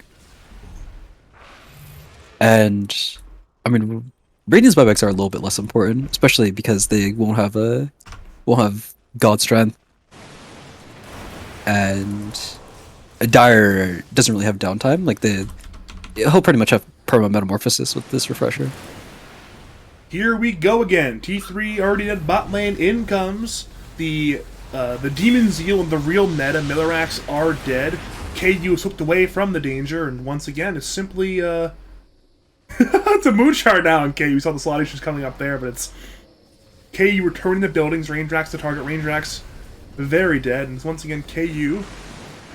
He's rooted, but he's fine. He has the Aesthetics Cap still giving him that status resistance, and now they head to mid. Demon Zeal once again popped, and they have 1/3 meta left. They're going to go for the tower. Malefic looks the hook, misses it on both allies and enemies. KU gets eaten by Malefic though with that extra Aether Lens cast range, so now TB is completely fine. They will back off. So you know what? We got a tower here. We got some racks there. All is well. Okay, Malefic's about to finish this E-Blade, so he will have an uncancelable dismember. Because if you E-Blade yourself, and then you BKB, you're both magic immune and you have the E-Blade buff. Not that many people know that, because if you Ghost Scepter and then BKB, it purges off the Ghost Scepter, but it doesn't do it on self E-Blade. I did not know that. Thank you. So yeah, they have no BKB piercing stun on Radiant, so he will just be able to get the maximum duration dismember on whoever he decides to eat. I was gonna say get the Basher on Sven, but they're probably eating Sven, so would not help. Yeah, well, I mean, you can't hit him because he's E-Bladed. Oh wait, I forgot. Okay, you're right. Actually, you're actually completely right. You need an Abyssal Blade. That's easier said than done. It's a lot of gold for an end. It's not very good on Sven this game. Yeah. Good thing for Radiant is that Malefic probably just won't do that this game, but he'll still have the armor from E-Blade, which is like more than enough. You don't want to be hitting an E-Blade Pudge as Sven. Well, they find Malefic. Ultra Gunner, Jinx are there. Bedlam, Pop BKB there from the Pudge. Pudge on the run once again. Pudge, he eats up the Sven. Tearaway, Pop is there on 3. Cat and Raptor both used. With Dire, so many BKBs. Ultra Gunner dead now. They look for more. Tearaway once again used. Tied on the run. EMP drop. They're trying to run a no-ban players and it appears to be successful. Maze delayed KU for a long time. Kobe is done. Now he's hexed by pattern. He appears to be fine, though, and now it's once again Hook coming in. It hits on Jinx from long range! LSA misses, but the Yules is there. Jinx blinks away in time. So it's actually only Sven dead still, but they will, of course, look to force out the Sven buyback here. That was... Oh, he didn't use Refresher on Invoker, but he doesn't have any kind of CDR, so this, his Cataclysm probably still cooldown for a couple, or for quite a while. Yeah, I mean, it's true. They used the rest of the refreshers, so TB used his, and okay. Well, they've stomped up KU, but he's eaten by the Pudge once again. KU, that was real close. He was real low on that one, but Pudge coming to Nanny right now. The DD is still active on KU, as is Meta. He'll walk on up looking. Cold Snap, it's there. KU hits Stomp. Not quite used there yet, and now once again Malefic is eating up KU. No Teddy. They've got 2 sets of barracks. Ultra's alive in 22. He still has buyback if he needs it, but it's no Teddy. Like, you know, we'll play it slow. We'll back off because you know what's coming here. It's minute 59. You know what's coming. It's tier 5 items. That's true. I didn't even think that. That's crazy, by the way, that when you this Pudge Shard doesn't purge the DD. When you infest a hero as Lifestealer, your like runes get purged. Like a lot of like positive buffs get purged on you. Like Empower gets purged as well when you infest a hero, but when Pudge eats you, you keep everything. That's really interesting. Fun and balanced ability, by the way. Just remember on LS. Very fun. It's, also, this Meatball has done like all of KU's health like at least 3 times. He's just like Meatball, deafening blasted him outside the base, and it just like it sends him from like full health to like 700, and then he just gets eaten and gets it all back. So it's a fun day to be KU. We're just like, alright, we're just gonna tank all the abilities and just not care. We'll be fine. Oh my. So, that's a big item. That's an Apex. Possibly for KU at 70 agility. Or you actually might just keep the Deso 2. Probably Deso 2 to Lina, though, and the Apex to the TB.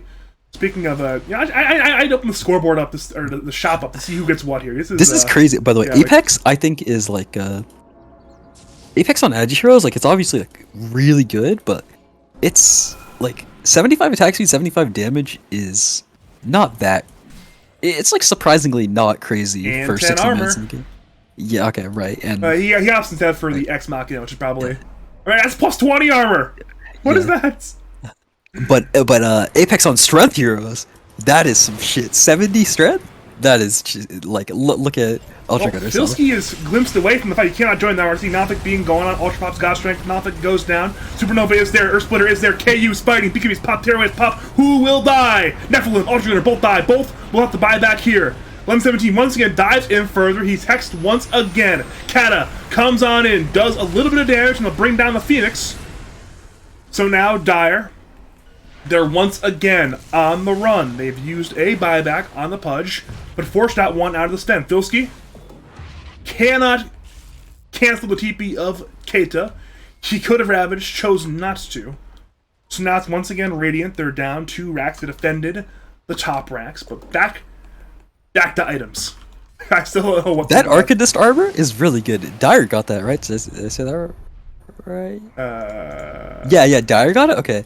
So if you Arcanist armor your team and you just like tank Cataclysm, I think the Invoker dies.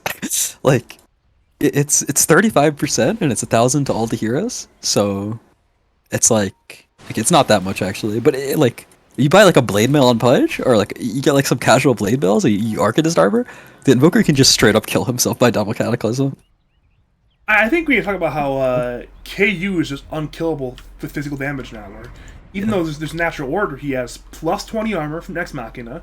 He has the plus 15 from the AC, and now he's the plus 5 from the Arcanist armor. That's 50 plus armor there, and just pure armor that you can't get rid of the natural order. So it's... We're seeing TB... Mike, that's 72 armor! and he's still missing 5 armor from Arcanist armor. That is 81% physical resistance. You are not killing this man no matter what you do with it. Has to be all through the magic damage now. Yeah, pretty much. I think. Yeah, no, I mean he's not really gonna get clicked for very much. I think. There is still the whole ET thing, so you can die to right click still if it's favorable for Radiant. With the ET thing, he's still like 55 armor with ET's natural order. It doesn't even matter anymore. Yeah, but I mean, 50. You can break through 55 armor. It's 63 minutes in the game. Like this Sven, when he pops God Strength and he's got like all his shit going on, you can break through 55 armor. Can you break through like 85 armor? Is like, it's pretty unlikely, but like 30 to 50 is doable, I think. And wild items from next fight: Mirror Shield on Sven, Book of the Dead on Invoker, Apex on Filski, Pirate Hat on Nephilim, Seer Stone on Jinx. Dire, I believe he went over items already, but it's too late now. It's to smoke into Malefic. Malefic has no back. He blinks away in time. KU pops Terrorwave. It's there onto Sven. Sven being brought back once again, being popped by KU. In comes 17. Supernova is there. Sven is diebacked! Ravage! It's on nobody! They all beat KB! Filski's on the run once again. He refreshed to blink away, and now it's no band players. They're scattering, but Pattern, he's been caught. We're seeing Jinx being gone on as well. We're seeing it as well onto Nephilim. Nephilim goes down over to Pattern again. He's being gone on by 3. He hexes Keita, but it will not matter. It's a 1v3. Keita will juke out. Pattern, he katas, but it will not matter. Pattern goes down Invoker. So now, Sven dead, no buyback. ET dead, no buyback. Pattern buys back, but this is a disaster for no ban players. You know why that fight was so easy for Dire was the Axe Disruptor. He got it on the Sven before he was able to cast any spells. He just couldn't do anything. That fight just dies to the TV. We've been building up the Axe and Disruptor for the last like 45 minutes, and it's finally paid off. It's so like this is like I don't even know how to explain it, but there are like just some things in Dota that are just like so powerful when it works that like nothing else matters, and like this Disruptor ult is just like. It's just like transcendently strong. It's like it doesn't matter if you have more net worth, or it doesn't matter whatever happens. If this Disruptor is 1 in 10, he presses ult on you, you're dead, and there's just nothing you can do. Filski attempts to save. Ravage will be there on a 4, but Kobe pop BKB in time. Kata's coming. KU low. KU pops BKB. Filski Keita both dead. KU though, he's just too strong. Pops Satanic, has the Aegis. Down goes Jinx. Rusher, it's popped by KU in this game. The GG's not called, but if no ban player that wants to fight, it's an uphill battle. Tornado comes in on KU. Gush hits as well. KU once again pops BKB, looking for more. Terrorwave hits on to Filski, is feared. They eat. Pattern, he goes down. Pattern has no buyback. Move to Jinx. Jinx goes down. Jinx, he is dieback. Filski, the lone survivor. He's trying to run, but he knows it. He's dead. He is dieback. The GG, it is called, and well, we'll be heading to game 3. Oh, I'd say we had like a fairly long game last game. This game, absolute barn burner, 66 minutes.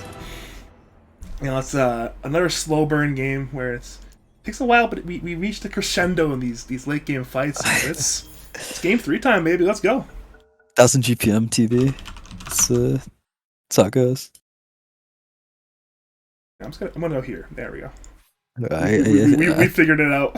I clicked the button too quickly. What can you do?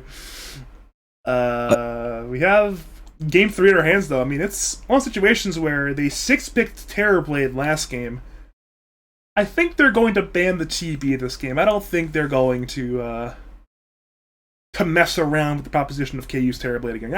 You mentioned it's literally 1000 GPM. That's just okay. I mean, that 1000 G. It's a 65-minute game, so that one has TV. It's kind of bound to happen as long as you. We look at it's nearly 20 last hits per minute on Terrorblade. That's absurd.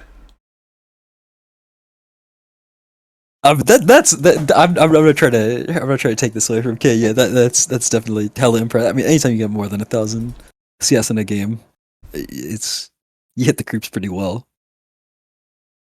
But that tends to happen, I think, in these longer games when you're a carry, especially TV, just because as long as you keep pressing W, like Sven like farms really fast, but it's like mostly because like early on you farm really fast just because you have that 100% cleave and you know like you can only one shot a creep wave so hard, but like for Terrorblade to farm late game, you can like keep sending illusions, and your illusions like never your illusions just like never one shot an entire creep wave. They always have to kind of like walk there and then hit them and then walk somewhere else. So like as the game goes on, TB like keeps farming faster and faster and faster, but Sven like caps out at just farming like extremely fast.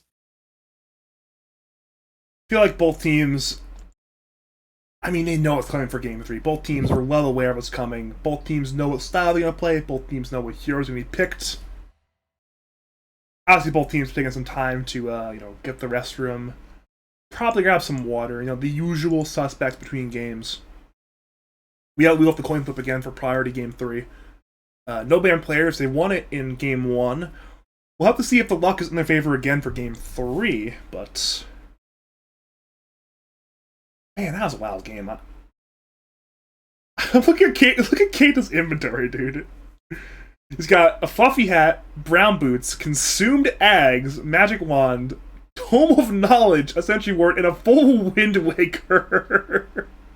This actually might be the first time in Dota this exact inventory has happened. I could, you know, I could see that actually. Like we are witness to history, logical. This is amazing. Look at this. These items, these don't look right. Seek a Wind Waker with all these like Twitter gold items. Like I feel like that would sound more crazy, but I've been watching and paying attention to a lot of chess, and like even at like the super top level, the games are always unique. Like after a certain point, after like 10, 15 moves, the games are always like have never been played before into that position. And it's probably the same thing. It's like there's so many games of Dota being played, but this inventory is just so whack. So I know why chess is on your mind. For those who are unaware, it's time for the World Chess Championship. That's true. It is the great defending champion and fan of Dota, Magnus Carlsen, taking on the great, and by the way, former pro Dota player Jan Nepomniachtchi. So it's He's a pro Dota. I know he. Sorry, I know semi-pro Dota. My bad. Okay. I know he like follows Dota, but I didn't know that. This is the first time that Carlsen might actually lose as well, because the last times that Carlsen played a World Championship against Anand, Karyakin, and I believe Fabi, he had a winning record against those players going into the World Championship. But Jan Nepomniachtchi actually has a winning record against Carlsen lifetime, so it's possible he might fall finally. That's true. Had some absolutely nail-biting draws. Oh yeah. That's the chess. There's two things where it's the exciting draws: soccer and chess. It's like yes, we're looking forward to the draws. Yes. I mean, those games are like particularly crazy or anything, but yeah, I think I'm looking forward to it. It's like every day pretty much for like the next few weeks, so it's nice. Man, I'm where were we? Oh, I have to flip. My bad. We were talking about chess too much. I got distracted. Forgot we were in a Dota lobby. So, no ban players first phase bans. If they're gonna add TB, I guess the most important thing is who wins priority. And it will be this time. No Teddy won the flip. They show second pick no ban. Whoa, there! They're pulling an Arkosh. They've chosen Dyer. Sometimes you just want to mix it up. Well, Dyer does have a 100% win rate this series. This is true, actually. This is a true. Oh, it's okay. So, No Teddy picked second pick. So I don't think no ban players. I mean, they did just lose a Tidehunter, but I wouldn't be surprised to see them just like run it back. Or they at least most likely won't ban Tidehunter because they seem to value it very highly. So they have also banned the Sand King both games, so I would assume. I'm guessing SKTV bans, maybe? Yeah, that's. I think that would make the most sense. I need to go to the bathroom. Okay, never mind. I want to see that before I left for the bathroom. I'll be right back.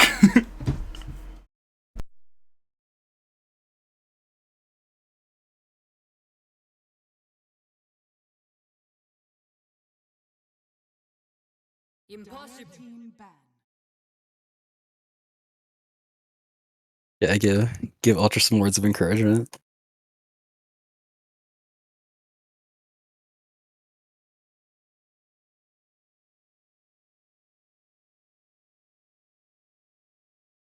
Ten seconds remaining. 5 seconds remaining. Radiant team ban. Well, they banned Tide actually. Okay, damn. So Sand King is left in. I guess they're planning on taking SK, perhaps, or maybe they. I mean, 5 pick Sand King feels a little excessive. I don't know 10 how seconds. easily you're gonna get away with that one. 5 I seconds assume Ultra just feels like with how the series has played out, they don't need to prioritize Sand King as hard. Yeah, okay, they run Mars. The same bands. Have No Teddy done these bands every game? Yes, they have. Pattern's not allowed to play the game.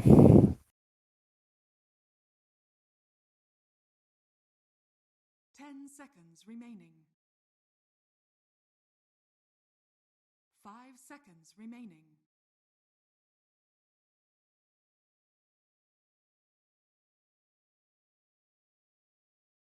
Radiant team pick. Lion? Okay. Lion has been. Why not get Lion has literally hasn't been picked this series. I don't know what I was thinking.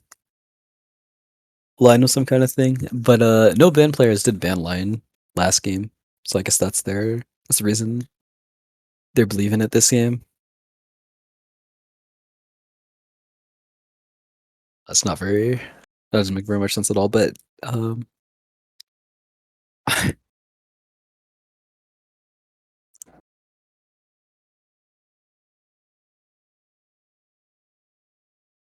some Malphite hero, at least.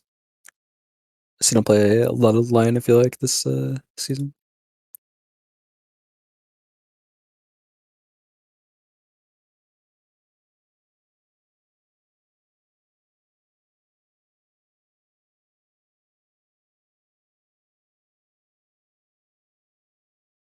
Dire team pick. Lesh, okay, that's haven't seen that hero this series. I kind of think no ban players will just like slam a mid hero right now. I um 10 No Teddy has seconds. banned an additional 3 mid heroes every second phase, 5 and seconds remaining. I really don't think they're gonna be concerned about any kind of offlane, any kind of 4 or 5 Lesh. They should believe that this is gonna be a mid Lesh, like almost certainly.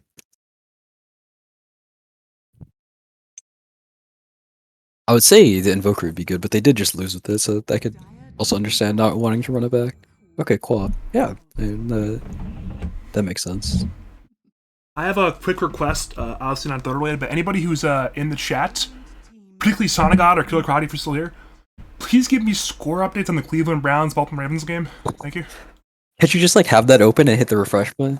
I could, but I'm out of monitor space. I have obviously Dota on one monitor, and then I have my literal Twitch broadcast on the other monitor, make sure for quality control purposes. 10 seconds remaining. Actually, it's the first Browns game I missed in like 5 years. Remaining. Oh shit. You know, I decided, you know what, the casting matters more than the Browns Ravens game. It's 6-3 Ravens if you're wondering, but Holy shit! Browns No got Teddy this. didn't ban a. They didn't ban a pattern hero here. huh. So you know what? We'll let Pattern play. We'll let him play his heroes. They Oh, grab it's because the it's Queen because of he Pain, picked Qual. Yeah, that's why. Okay. That's reasonable. I'll let that one slide. 5 seconds.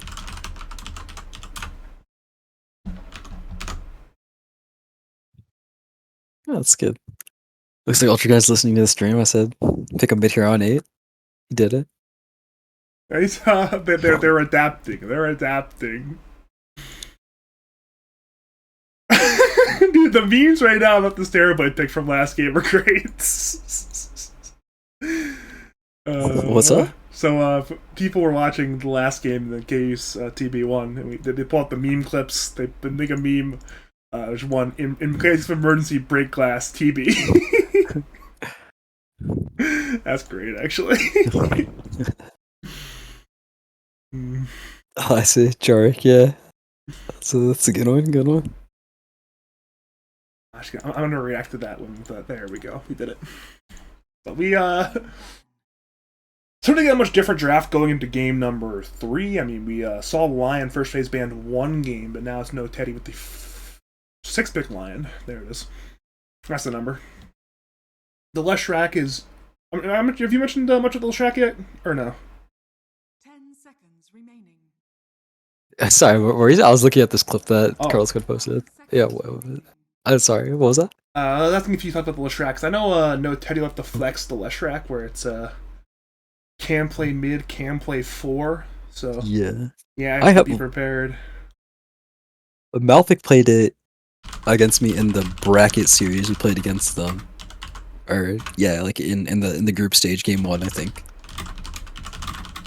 And I mean, I wasn't really that impressed. I kind of feel like also because of this like Lion pick, that most likely it's gonna be Lion 4 Lesh mid. Lion Lesh, like just like picking your supports like that, they better have like a really like good plan for their mid hero if that's what they're going for. I agree with you on that one. It's I mean, I'm sure they've got something in the scrapbook saved for a situation like this where it's winner take all game 3. Winner goes on, makes top 3. They play the loser of Pizza Dog, Crossfire Simps, and loser just goes home. They're done. I mean, we've gone into this at great length hours ago, but it's not on the podium. Nothing of value gained or lost. It's just your season's value lost, but nothing gained. 5 seconds remaining. They are taking quite a bit of reserve time on both teams. No bin players at 40 seconds reserve time. And now Teddy also using more reserve time on the second phase ban, which I guess is actually pretty reasonable because this is like around the time where you like kind of make a plan before where you're trying to go with the draft.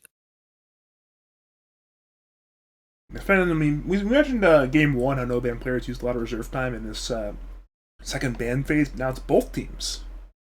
It's both teams chewing away at that second phase ban.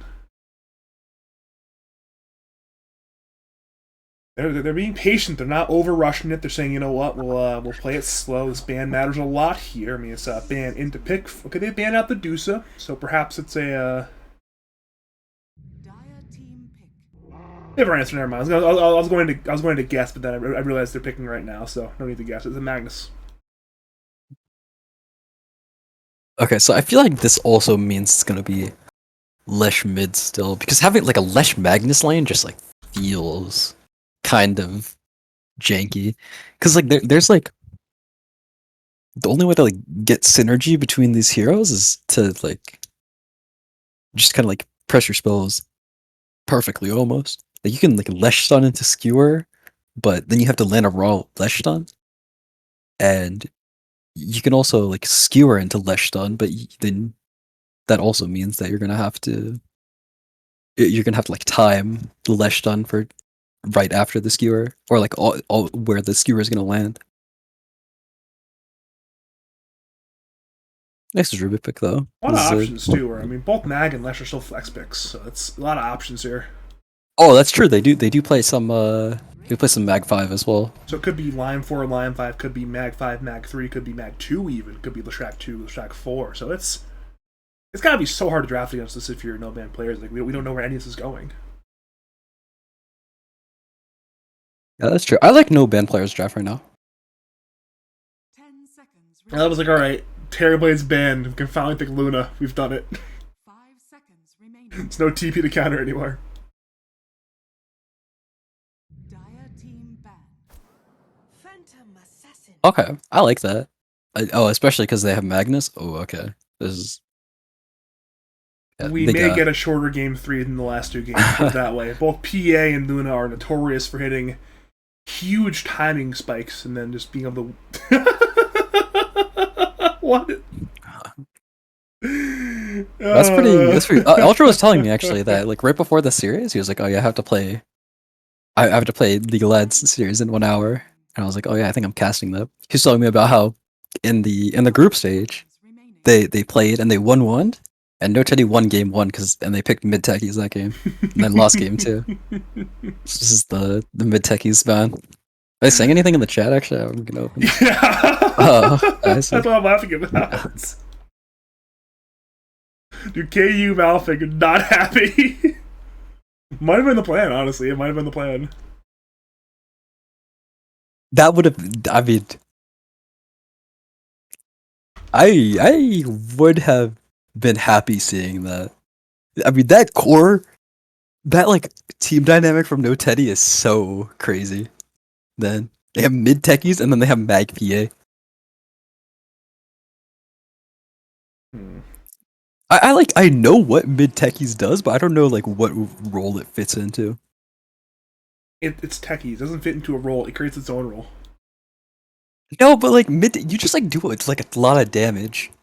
Like if you just like cast your like if you just use the green mine every time it's off cooldown in fights, you just do a lot of damage. You're just like throw an OD ult every 8 seconds. And you remember the old Tinker back in the day. It's kind of like that. That's probably the closest comparison, right? It's the old Tinker. What do you mean by that? Just like tries to dodge all the damage, just does damage, plays this like split push ratty Dota to farm, and it's like a unique style of Dota where it's not really comparable to like your standard part and partial Dota heroes. 10 seconds remaining. Pick. I guess it's someone for ogre. Well, Okay, yeah, that's really last pick ogre 5. I guess it's good. I mean, you got some heroes that like really enjoy Bloodlust, but maybe actually this ogre pick is pretty solid. It'll make the Luna's lane really good. The Luna ogre lane's strong, just because Bloodlust is attack speed and then lunar blessing is damage. So you can either like self Bloodlust and your Luna buffs you with the damage, or you can like Bloodlust both you and the Luna and you're both hitting people with attack speed and damage.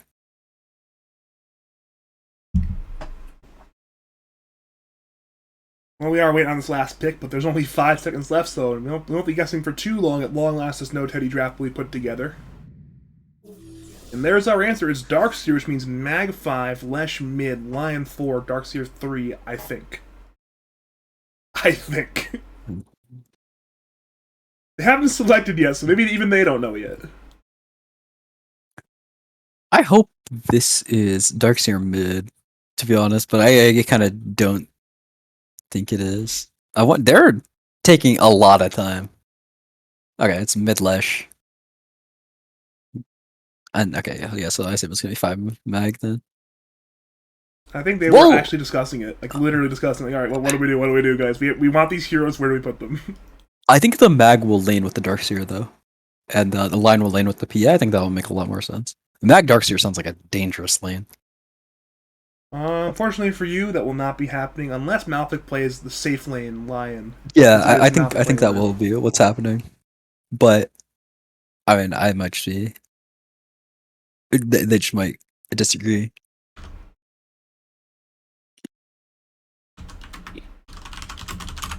If you are just joining us, by the way, welcome. Actually, not yet. I'll wait to say it until the.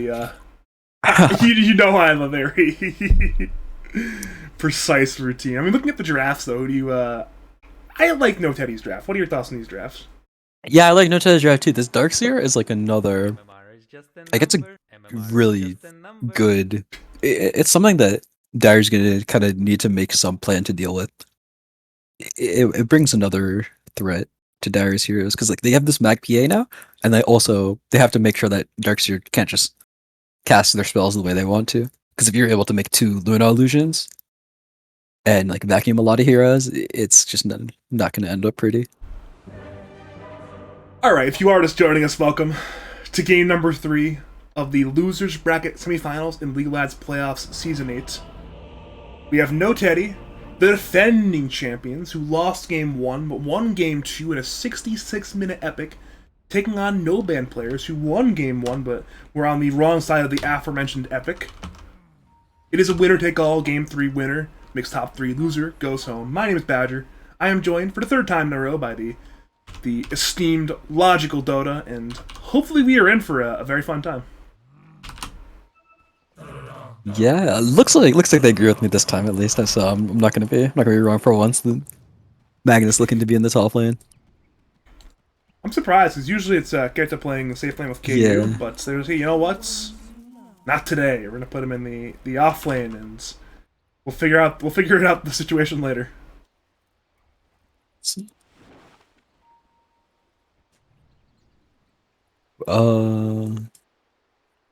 Pattern's item build's pretty wild. He's got a Quelling Blade. We mentioned this about the idea of Miz going Quelling Blades the other day. Who did we talk about it the other time? What hero was it? It was Lena, I believe, right? Yeah, it was Lena. That was so wild to me. And I was saying he was ahead of the meta. We're going to see some more ranged mid laners, and look who we have. It's Pattern with the QB. We have seen the trend emerge in real time. I don't like it on Quap either. Like, I can understand it on some heroes, but like 130 gold for the 6 damage, I don't like, or for 6 creep damage, I don't like that much on Quap. That's a lot of damage. I mean, 6 is like this is the most efficient damage for hitting the creep, but like, I don't think that's what you're looking for in this lane that much. Well, it indicates that Pattern is interested in hitting the creep, and we have Leshrac with 51 damage the way you build versus Quap will have 60 on creep hits. So that's a 9 damage range to work with where you have damage over the Leshrac. That's very helpful. What's the variation? So Quap is 51-57 plus 6, and then Leshrac is 47-51. So in general, if Quap plays perfectly, she can just get every last hit here. Okay, the Kobe messes up. But I mean, the thing is though, is that like, you're not really worried about Leshrac denying your creeps. And that's all that Quelling Blade does for you, really. Like, it doesn't help you deny any better. Top lane, first blood almost happening. Nephilim is low on the tower dive once again. Earthspike comes in. Ogre still alive, and now it is once again Ultra Gunner. Very low in the lane. Everyone in the top lane is extraordinarily low, but yeah, that's where we're at right now. Yeah. And this is kind of what I was talking about, where if you like go on a hero and you come in and they end up just like salving up, it ends up feeling pretty bad for you. Like, Radiant kind of like put a lot of resources into going for that overkill, and after he salves up, he doesn't feel too bad. But like, Malphite's low mana, Darkseer's low HP and mana, has to chill for a while. That was overall good for Dire. Oh, nice doubling guy. Yeah, so 11-17 and Malphite both picking that in like damage. 11-17 is low. Earthspike comes in, hang on to the Luna. But everyone will be alive in the top lane still. Though Nephilim's actually out of mana, has the Mango, but only 1 Mango left. We talked about it last time, but Ogre, one of the few heroes with the infinity damage spell with Ignite, once you hit level 6. The infinity damage. We're seeing Keita taking a lot of damage bot lane. He's really hunting for a skewer, but he might just die here. He's very low. Keita pops a stick now, and they head to Filski, skewer, pump fake to not use. Filski walks away, but Keita popped a salve on that one. And wait, wasn't he in the top lane? How'd he get here? Yeah, that's sure. How'd he get here, actually? They owned me out of it. He like walked there to pretend, and then he went back bottom. Is that for us? Just because they didn't see that? So the enemy team. No, I meant for them in the game. I didn't know that. Didn't get vision of. Yeah, no idea. Maybe he was like looking to be top to like look for some kind of cliff opportunity. Maybe it's nicer there. You're likely correct about that. It's the most likely story. Maybe the rune fight. Looking at Magford's rune fight top lane. Am I allowed to? I am not allowed to all chat that. I'm sure. You're definitely not allowed to. You can wait until the end of the game, though. I mean, it's funny he's doing that when they're literally even CS. They're both 13-1. They're both. Neither of them said 13-1. It's 55-20 versus 25. Or sorry, 23. So both of them clearly not being truthful with this number. Lost in the woods, are ya? If you could, I mean, if you're Kobe, you could make it a little bit lower to make it reasonable. At least that's a good way to scare him. Like maybe if he said like 18-4, Pattern would be like fuck. Nephilim is also 23. down as Mango now, so it's no mana on Ogre. It's just Ogre and his club against the world. So it's hard to die on Ogre kind of like some of these scenarios against Mana Drain Lion. You just kind of want to like trade heavily and then like get a kill and die, and then you come back with full mana. But that kind of thing doesn't happen unless you like really want to die on Ogre. Dude, Keita is playing some wild and crazy Dota right now. Just skewering the Rubik into neutral camp for damage. And we're seeing the lift into neutral camp as well. This is just wild Dota from between Jinx and Keita right now. Jinx, I remember. Dead here? Shockwave. Oh, You skewer in one. It should be a cleave. killer, right? The skewer into death. Yeah, that'll be enough. oh, that was First blood sick. drawn by Keita on Magnus. Oh That's my god. one in that play. I mean, I don't know what that was cool though. Like I've seen a lot of plays with like moving heroes into ancients. I remember there was like a clip of Weehaw on stream, level 1. He just like lifts a level 1 Skywrath mage into a stacked ancient camp, and he just like blocks him and then kills him for full health. But that was cool. He like used the shockwave slow as the dragon was hitting him, and then he walked up to the Rubik so that the cleave from the ancient black dragon hit the Rubik, and that gave him enough damage to kill him. It's the next level plays. Wow, that's intense from Keita there. Yeah, and he also started that by like skewering him into the hard camp there. Jinx. Oh, I guess you just thought it was blocked. I see. I didn't know if that was like a revenge thing. The ancients killed him, so he blocks it.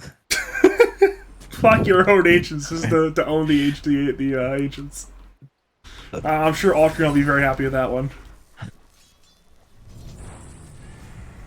This is one of those plays where he thought maybe while he was there he could have blocked it, but just didn't end up happening. We're seeing, speaking of Keita, he's once again fighting with Jinx. Shockwave skewer the creep Oh, again, yeah. Jinx! That did so much damage. It's actually owning. That's funny. So the problem with Rubik is when you lift them into the like the stun duration is longer than the lift duration. So you lift them into the ancients and they're stunned for 1.2 seconds. Maybe if he's somehow able to like stun one of the ancients, the rest would aggro, right? If he does that. Might be the case. I'm not entirely sure. Yeah, no, that would, but that would be hard because then he'd probably just be able to like walk out of it because you also want him to like be in the middle of the creeps so that he kind of gets blocked by them. Yeah, I guess it's one of those situations where there's no perfect option in top lane. Pattern rotates in, Malefic goes down, M17 joins him in the grave. Good 2-man kill there at the rotation from Pattern, 2-man Sonic Wave into just all the damage. And well, Darkseer and Lion have been evicted from the top lane. They are no longer there, and Ultra can just freely farm until they're back on. Oh, this regen. Oh, Ghost up Pattern, Kobe, he wanted it, but he will only lose a raindrop charge. His bottle will get filled by Lion, but that is not as good as a regen rune. I mean, this bottle refill doesn't feel good either because he was getting daggered. So these like the like free bottles that you get from base were getting canceled, like probably like 2 seconds in, or like yeah, something around that.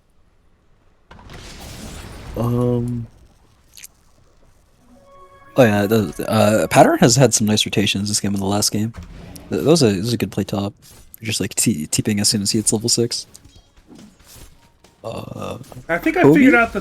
Kobe? Mid lane? No, Oh, he's no, fine. nothing. Oh yeah, he's fine. I got scared for a minute there.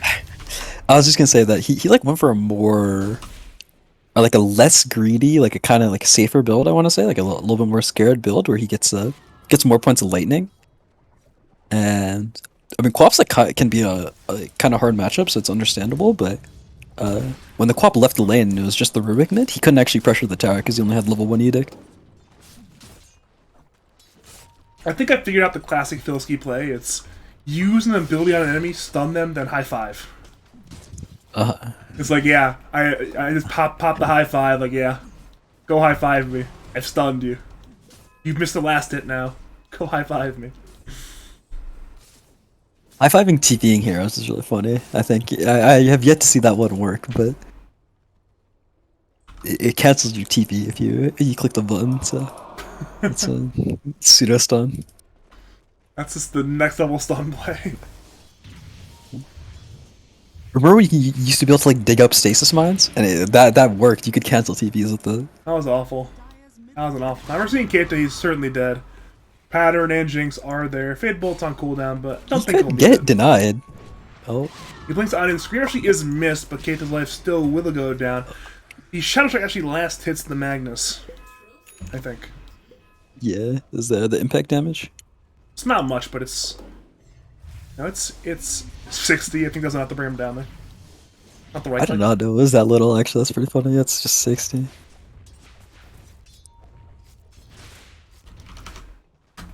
Well, let's see here. Bot lane, it's Filski and KU both having a good time, but we're seeing a Magnus arrive, and it's like, hey, here's some cleave KU. Go into your Dota game. Top lane, though, we're seeing Ignite there onto Ultra Gunner taking a lot of damage under that tower, but not quite enough to die. Or to bot lane again, they're running at Filski, KU, Jinx, Filski, Keita, they're all fighting, but there is no connection any direction, so there will be no deaths on either side.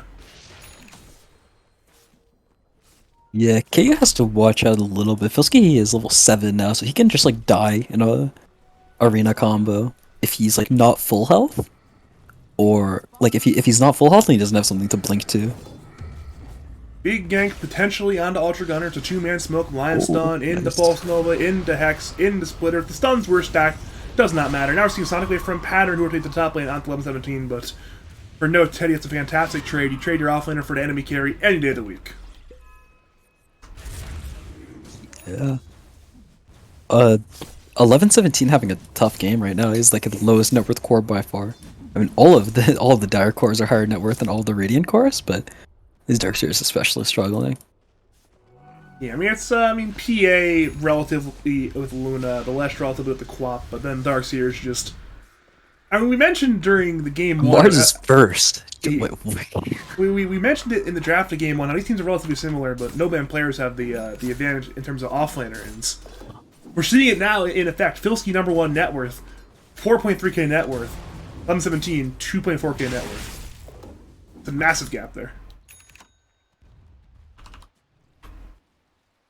So nice smoke.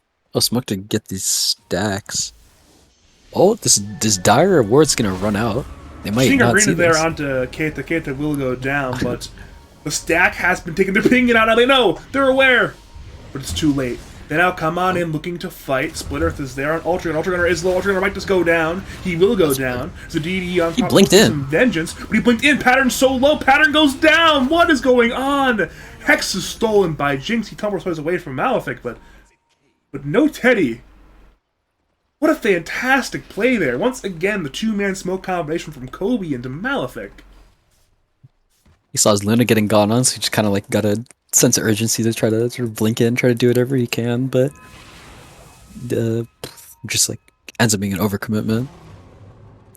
That's, I mean, this this Lesh was like 4th net worth, and now he's 5k. That is like clearly top.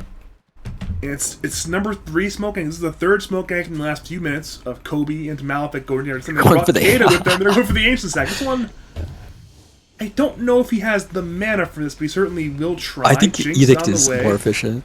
Stun. Shockwave, Skewer into the Split Earth. Jinx dodges Split Earth. Now he steals Skewer, gets away, and now back to the creeps. Kobe is taking them, but they're still alive. Smalls are beginning to die. In comes Pattern with all his abilities. He's stunned by Malefic. Kobe, still having creeps. Nephilim has the Ignite there onto Malefic. In comes Filski, misses the Rebuke. He certainly will kill Lion regardless. Lion goes down. Leshrac TP's away, grabbed the majority of the creeps, but all of the big creeps still alive. Or what's Mag up? Okay, Mag is dead. I'm sure, right? Right. Maybe. This cop's gonna blink, and yeah, he's Yeah. Shadow Strike, Screen of Pain, Sonic Wave, Stolen Oh, he lived it. Shockwave, I believe. Oh. The neutrals! Oh, my no. god. That's unfortunate. That was oh yeah, that was a Sonic Wave, wasn't? Oh my god. That's really unfortunate. Also, Pattern just finished his Orchid, so this means won't have the Sonic Wave on the Orchid timing, so he most likely like won't be able to kill this won't be able to solo kill this PA. Well, luckily for him, he has Jinx. Maybe that Jinx will be the extra damage he needs. He has the Stolen... It's only level 1 Shockwave. He has Stolen Shockwave, but level 1 Shockwave does not do that much damage. They're looking for KU, but KU has Kaita nearby with the RP Pattern. Links on in. Orchid's onto Nags. You know what? PA will get away, but we'll at least get the Magnus. Magnus dies to that afterburn damage of the Orchid Malevolence from Pattern, and it is 7-4 in kill score at minute 13 right now. That was it was good recognition of a Pattern thing, because if he blinks in and then he like tries to Orchid the PA, there is a reasonable chance that he just gets like Shockwave RP'd and then the PA crits him before the Mars can come. Now be considered Or- very bad. Yeah, or I mean that's the more extreme example. I think most likely if you Orchid the PA just walks away and the bag skewers away, and then you're sad that you got neither. That's still moderately bad though. Yeah. That's not as bad as dying to PA crits, but mid lane, Kobe walks into many What? heroes. Arena committed. Leshrac goes down. Lion is nearby. The Fire Blast is there. He's That's a looking good back steal. into Jinx, who has a stolen Pulse Nova. Backing while it's there on 2, but it's 2 supports, so Illusion's not very powerful. And Ultra Gunner walks around the wall and just hits the tier 1 tower now.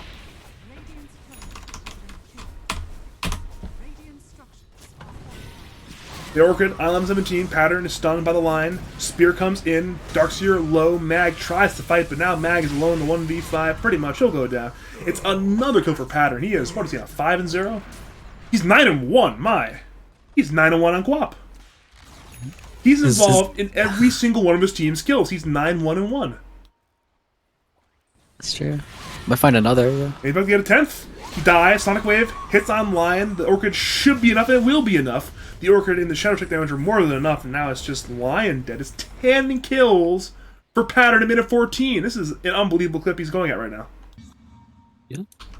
Cast the Sonic Wave on the Arcane Rune as well, so it'll be up fairly soon. So, Ultra's also having like a very nice game. He's 1-2, so his kill score looks a little bit bad, but he's gonna have like this BKB probably before the 20-minute mark. Easily, yeah. Oh. He's not. He's like, what, 2,000 gold away? He should easily have that by then 20. Yeah. Most of the time, we see Luna's disassemble the Dragonlance. Like they'll like buy the hammer and then the recipe, and they'll disassemble the Dragonlance to finish it early. But most will rebuy it afterwards. So I think you probably farm like. Well, I think it's worse still, but it's like a little bit greedier maybe. I mean, it's You probably a marginally faster farming increase on the Luna. It's like, alright, if I don't need BKB, then why have BKB, right? Yeah, I mean, I'm not trying to flame him, but I think the like time where you have BKB and to Top it's lane called- KU has been going on. Arena, Spear, Orchid, Pulse That's Nova, all used. I'm playing an Ultra Gunner, but K's His out here counterpart's just dying top lane, yeah. This is the first time all series it's been Ultra Gunner really out farming KU. First 2 games, KU out farmed Ultra, and now game 3 it's Ultra significantly out farming KU, which is very important for no ban players. Yeah, Radiant like doesn't have very much. Like they don't have very many places to play. Actually, this Darkseer's really weak just because his lane was poor. They have 5 Magnus, which is like hard to fight into. Like RP strong, but yeah, I mean you're not even close to as strong as this Ogre or this Rubik. And then Dire have all the like initiation as well. It's hard, like Radiant has to like surge in a Magnus or a Lion, and that's like the only way that they can find kills. But Dire, they got this Blink Mars, they have Rubik with level 3 Arcane Supremacy and Lift, and this Orchid Quap can like almost solo kill heroes. I'm sure if he finds the lion alone, it's just a solo kill. Oh yeah, straight up. yeah. Ooh, we saw that in the middle lane with the Arcane Rune, where he ends up having to pop the ult. You're more than happy. He also looks like he's gonna get either before 20-minute or around BKB or around 20-minute BKB timing. Which is, it's very scary if you have both the Quap and the Luna with the BKBs that early. It's like, alright, Luna, who's a hero who fundamentally can hit the towers extraordinarily well. Like, you in a team like Abydos, you just run it down with BKBs, just win the game potentially. And now we're seeing a two-man Blink Arena from Filski. Patterns there as well. Sunwave's there onto Keita, Lem17 are dead. They hit the Kobe. Kobe should get away. Was a stolen split Earth by Jinx, but well off the mark. Kobe gets away, but it's 2 more kills for no-ban players. And we're at the point still where it's Pattern involved in 100% of his team's kills. Impressive. Ogre has been caught. Edict, Split Earth are there from the Yules of Leshrac. KU blinks and secures that kill. Now it's overall a 1-for-2 trade, but that's a good trade for the side of no-ban players, I'm quite sure. They are still in the mid lane vicinity, but there's a GD on Quap now. It's good that they're able to chainstone the Ogre before he get his infinity damage fell off. That could have turned bad. This pops the Ignite. We see the Ignite buff never go away. This is there perpetually. This is a really nice steal from Jinx as well. You can there's no there's no animation like there is on Lesh, and you can always set up the Split Earth with telekinesis. Later on, when you get the shard, it's just like it's just stupid having the Rivik steal Split Earth with the debuff amp on your ult. It's nasty. Well, we are seeing bot lane wall was committed to try to force out Ultra Gunner, but the illusion died, and well, there's no more illusion, so Ultra Gunner does not care about the wall. He walks around it once again, grabs the bottom tier 2 tower, so it's tier 2 tower, parlay that one into a bottom outpost take, and it's... I mean, these first 2 games were incredibly close, but this game 3 so far has been heavily in favor of no-ban players. Yeah, no Teddy. If they can keep farming at like an even-ish pace, then they'll be okay. Because like this is Darkseer's net worth. Like it's like all the little bits of net worth mean so much. But okay, a nice dodge by KTA. Yeah, the pressure was on. They once again looked to smoke to grow their lead further, but this time the smoke misses, and I think they're actually out of smokes on the Dire side. Let me check their shop real fast. Yeah, they are out of smokes. That was their last smoke. Unless, they will not have smokes for a good while. So that's very important for Note Daddy. This is where they want to play, though. They already took the bottom tier 2, so now their next objective is Roshan. So this Radiant Triangle is where they're looking to be playing. Yeah, this is, I mean, it's great. I mean, you can grab the farm of the Tri-Camp. You can push in both mid and top wave. You can always hit the Roshan if you just kill a hero, perhaps. You have a lot of options if you're Dire playing up the tier 2 tower and outpost into this Radiant team now.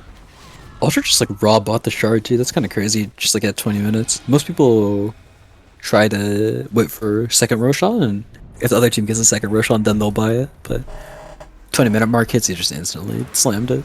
Maybe he recognizes now's the time where he's strong and his team is ready to win the game. I mean, it's KU still no BKB. And even then, he probably wasn't right on top of the BKB to really still fight, while Ultra is more than ready to fight right here, right now. He most likely will need +1 item on top of the BKB before he like does damage to kill these heroes. If he gets like 7 hits on the Quap, then the Quap will probably die. But 7 is not a very good number. 7 is like more than RP duration. That's like your entire team cast their stuns. What we're seeing, it's no-ban players hunting for Magnus. Lift is there, though Keita skewers away. Skewer is stolen by Jinx, but there will be no follow-up. Oh, these lines died. Bottom lane, you're right. Got a Sonic solo kill, yeah. The usual. And they're going to find their other support as well. It's one support in the grave. TP away with Filski with the spear cancels that one preemptively. It's Pattern's still involved in 100% of the kills. He's 13-1-3. This is an unbelievable performance from Pattern. This man is playing at some inspired Dota right now. Really is. And his a lot of times when you're like really active, like we saw like really early on the game on Invoker last time, your farm can suffer, but he's like still having like really solid timings. He's got a Orchid BKB, 2k gold, 19 minutes on Quab. So pretty much couldn't ask for better. Well, the wall is there. It's on Ogre Magi. Aegis goes to Ultra Gunner, and here we go. Dire, they blink on in on Quap. Rena's there on Kobe. Kobe goes down. Pattern with a 14th kill. And well, they're in head for more. They do not find KU quite yet, but they are still hunting in the vicinity. Blur is popped. I think they know he's there. Dolsky hits him with the spear, actually, but it seems like KU's gotten away from this one. Is he killing this wave? Okay. No, that's a little too psycho. Maybe the next wave, perhaps, but this one appears to be fine for now. This is like a tough spot though. This is going to be like quite a full minute that KU isn't farming, just because he has to ferry this TP like all the way across. Does he not have TP? We didn't have TP. You're right. That's bad. He would have just BKB TP'd sooner probably. Oh, Bloodthorn. That's an interesting pickup. I kind of like it. He says, you know what? We don't have an MKB yet. We're not buying an MKB even on our Luna, so it's like, all right. Let's find a solution for this evasion, and that's our Bloodthorn. Sure, BKB can purge, but BKB doesn't last forever. Yeah. I mean, Get, the PA is going to die really fast. Kid is in danger. If he gets caught by Jinx, he's dead. Jinx? There you go. There it is. Lift, Bloodthorn, Screaming Pain, right clicks. Magnus, your life is dead. That is a 15th kill for Pattern. It's looking so good right now. They have Aegis for the next 3 minutes 30. All tier 2s are dead. No ban players. They have the ability to really punish No Teddy right now. We're seeing KU blinking for Filsky, but Filsky's on the run. I mean, BKB is up, and they're now bringing the Dark Sphere. Filsky blinks away in time. Vacuum is there. No, it's a bit off the mark and a bit too late. Filsky gets away, and it's a really good play so far. From a really good play overall in this entire game from no ban players. They're just the lead. It just keeps growing. I mean, if you're no Teddy, what even is the play at this point? What do you need to be able to play Dota at this point? I think what you're looking for is still it's like the Darkseer's item timings, to be honest. Like your PA needs one more item to be able to do damage. And then like once this Darkseer gets Blink Shard and is able to make 2 Luna illusions, that's I think when fights are like doable. Not doable. Fights are doable, but that's when you can like envision a scenario where they win. Well, Malefic has stunned Ultra. Ultra, though, does have an Aegis in the BKB. He will not care. We see a D-Ward coming out from Malefic, ensuring Dire doesn't have vision on the Radiant side high ground. But with the Siege unit, they will go high ground. Split Earth is there from Jinx, and down. Jinx's solo kills Malefic almost. Malefic's dead. Inkathol's arena is there on KU. KU pops BKB. Pattern comes on. He finds Mag. Sonic Wave's there. Mag goes down. Pattern is being run out. Hishi will go down. His Godlike streak actually goes to KU. That is like really, really, really big for KU. That is like that just bought Radiant like 3 extra minutes. They're still running out Ultra Gunner. He has the Aegis, but he's running out of duration, and with Pattern dead and the arena on cooldown, he's running out of abilities to fight this fight anymore. And they have to back off. They got most of the tier 3 tower HP, but if you're no Teddy, I mean, sure, you use the buyback on Mag, but you have to be incredibly happy right now. Yeah, that is it was like almost has his Manta complete on PA. I mean, the problem is the Manta isn't like the end goal either. You still need an item after Manta. Like this is probably like as a way of purging the Bloodthorn, and also and they find Kobe bot lane, a massive the Stolen Splitters once again. That's a massive pickoff for no ban players, and that, I mean, Pattern's alive in 5. He can TP to the outpost. That's bad. And I was talking about the shard before, but it's really not even for the extra damage that it does, but just like because he has the mini stun talent, he can just like throw it into the fog, and it's a good way to find like catches for his team. Well, he did stun up the Darkseer for 0.8 seconds, and he now returns to the barracks. Ranger Axe, melees both might just go down here. Range is dead. Melees not long behind them. That is a full set of barracks. Middle lane taken by Ultra Gunner, and no banned players there. Once again, in that fantastic spot, KU will have Mantha for the next fight. He has enough money for it in one creep, but the question is, will it be enough to fight? You know, I think after that, like after the kill that he got on Pattern, I think Radiant has some chances. I mean, the game's like super hard, but I can see a situation where they win. Just like off the back of a like some kind of vacuum.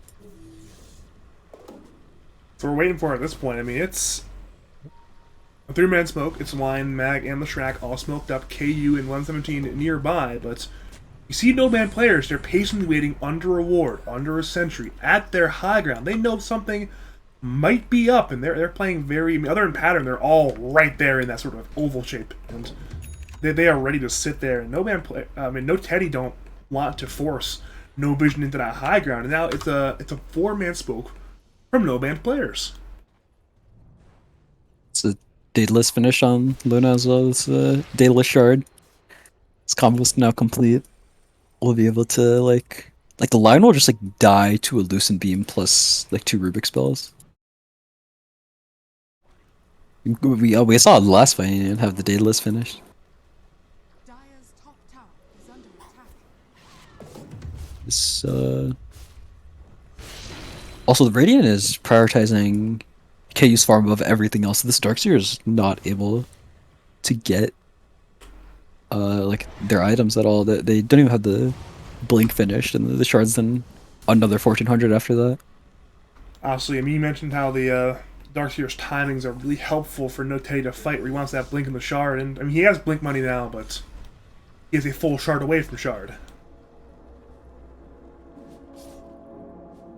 And you do kind of need both of those items because they like work well with each other. Like you would like to like just buy the shard because like to make the illusion, but you do need the blink to make the shard useful because you do have to like go a certain amount of distance to so that the illusion lasts longer. Well, fighting the Radiant Tri-Camp, they stun on the Ultra Gunner. RP will be there on 2, the arena's already there in time. RP should cancel, Eclipse comes in from Ultra, but Ultra's just dead. KU is the damage. Thilsky brings down K2, he's fighting the 1v3, but he cannot fight the PA. Malefic dead, Thilsky dead, in comes Pattern, but he's fighting in a 2v3. KU blinks on in Pattern, can't blink Pattern, goes down! And no Teddy! At the brink of elimination, they win an absolutely crucial team fight at their Tri-Camp. KU slaps. That was crazy. Luna died so quickly there. She just melted. I think it was a bit of luck on crits, but you take those at this point in the game. That's damage. And Luna also does not have like it's not very durable right now. Less armor than you'd expect for a Luna 30 minutes in the game. Went very hard on the damage, which like isn't even like a wrong approach, I think, but just they're just looking to punish for. They're going high ground. Whoa! And he blinks in for Nephilim. Nephilim's half HP, forces away, lifts there from Jinx onto the P, and P has Fireblast as well, but now returns to the tower. The Edict and Sejun are hitting. They're doing a lot of damage. They'll now retreat, but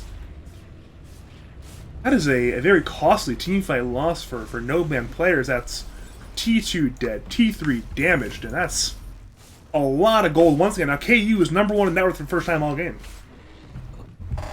So he's in power like forever, but still Darius just controlled the map.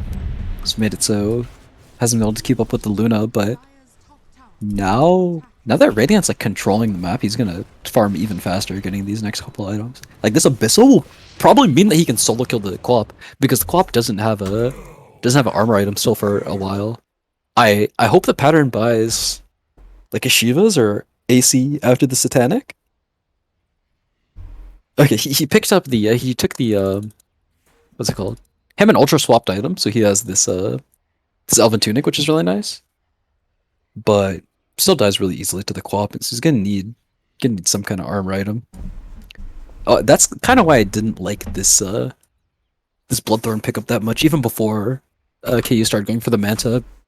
Like, Pattern was kind of owning, so you can't really say anything bad about that. But this Bloodthorn doesn't help you when the PA is hitting you in her BKB duration. If you have like MKB, or if you just like keep the Orchid as an Orchid and you go MKB Satanic, I mean obviously that's a little bit more money than he would have right now, but you can like live the PA, or you can live the PA hitting you if you just like hit her back with MKB Satanic, because you end up like life stealing so much. I don't think I'll have that luxury now. Especially because the Bloodthorn will just get purged every time by the Manta. That blink into the base to assassinate the Magnus, I think was like a cute idea. I think I can understand it, but it's like really costly right now. That's one of those things where this is no Teddy. I mean, they're down 9k gold, but it just feels like they're just have momentum on their side. You know, maybe this pause might mess out a little bit, but they're making the gains. Look at the graph. That might be the end of the valley for no band players, and sure they're up by the 9k, but it seems like, I mean, you mentioned how the Bloodthorn probably not necessarily needed. I mean, Luna bought her own shard, has Daedalus.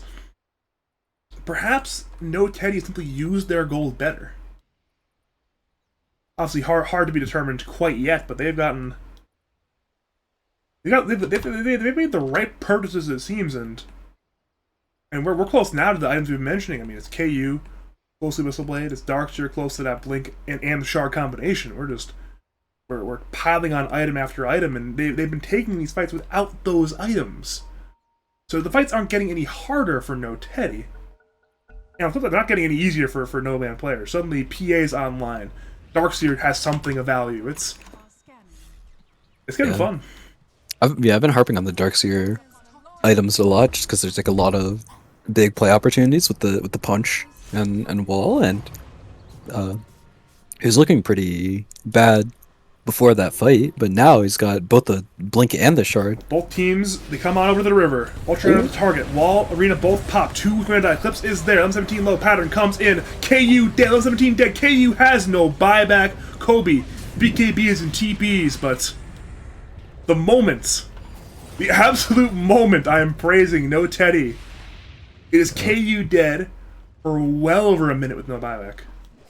That is like I mean, they're just gonna walk down mid to end the game. They don't have racks. Oh my god, KU didn't get his BKB off before he jumped in. Isn't that buyback? He's short money for buyback, about 180 gold. Okay, they don't know that, so it doesn't look like they're gonna hit tier 4s, but like, that could just like cost them the game. It certainly will cost them their bottom barracks. I mean, it's bottom ranks already basically dead. Range racks, they're dead. Melee is under severe duress, and with Ultra Gunner hitting, they won't be long for life. And well, here we go. It's 2 racks up, and they'll head top lane. Back door, not an issue. Only the will to push. And they're saying, you know what? Maybe we don't want to go into this buyback, but we'll try to force it out. But little do they know, there's just no buyback on KU. Edict stolen and used by Jinx. Even that's going to be a lot of tower damage. The Glyph though forces them away, saying, you know what, KU's alive soon. Let's not overdo it. Let's go to Roshan. And well, it is Roshan number 2 of the game. Nice. That's actually very important as well, the Mag Blink. But it's Aegis and Shards that are dire as well. So it's both teams picking up some cool stuff. Here we go. He's got the Rubik Shard, so even if you get RP'd, you can. I mean, actually, I guess. I think if Jinx waits on the lift for the Magnus every time, the fight's gonna be impossible for Radiant. This Magnus needs to hit a massive RP.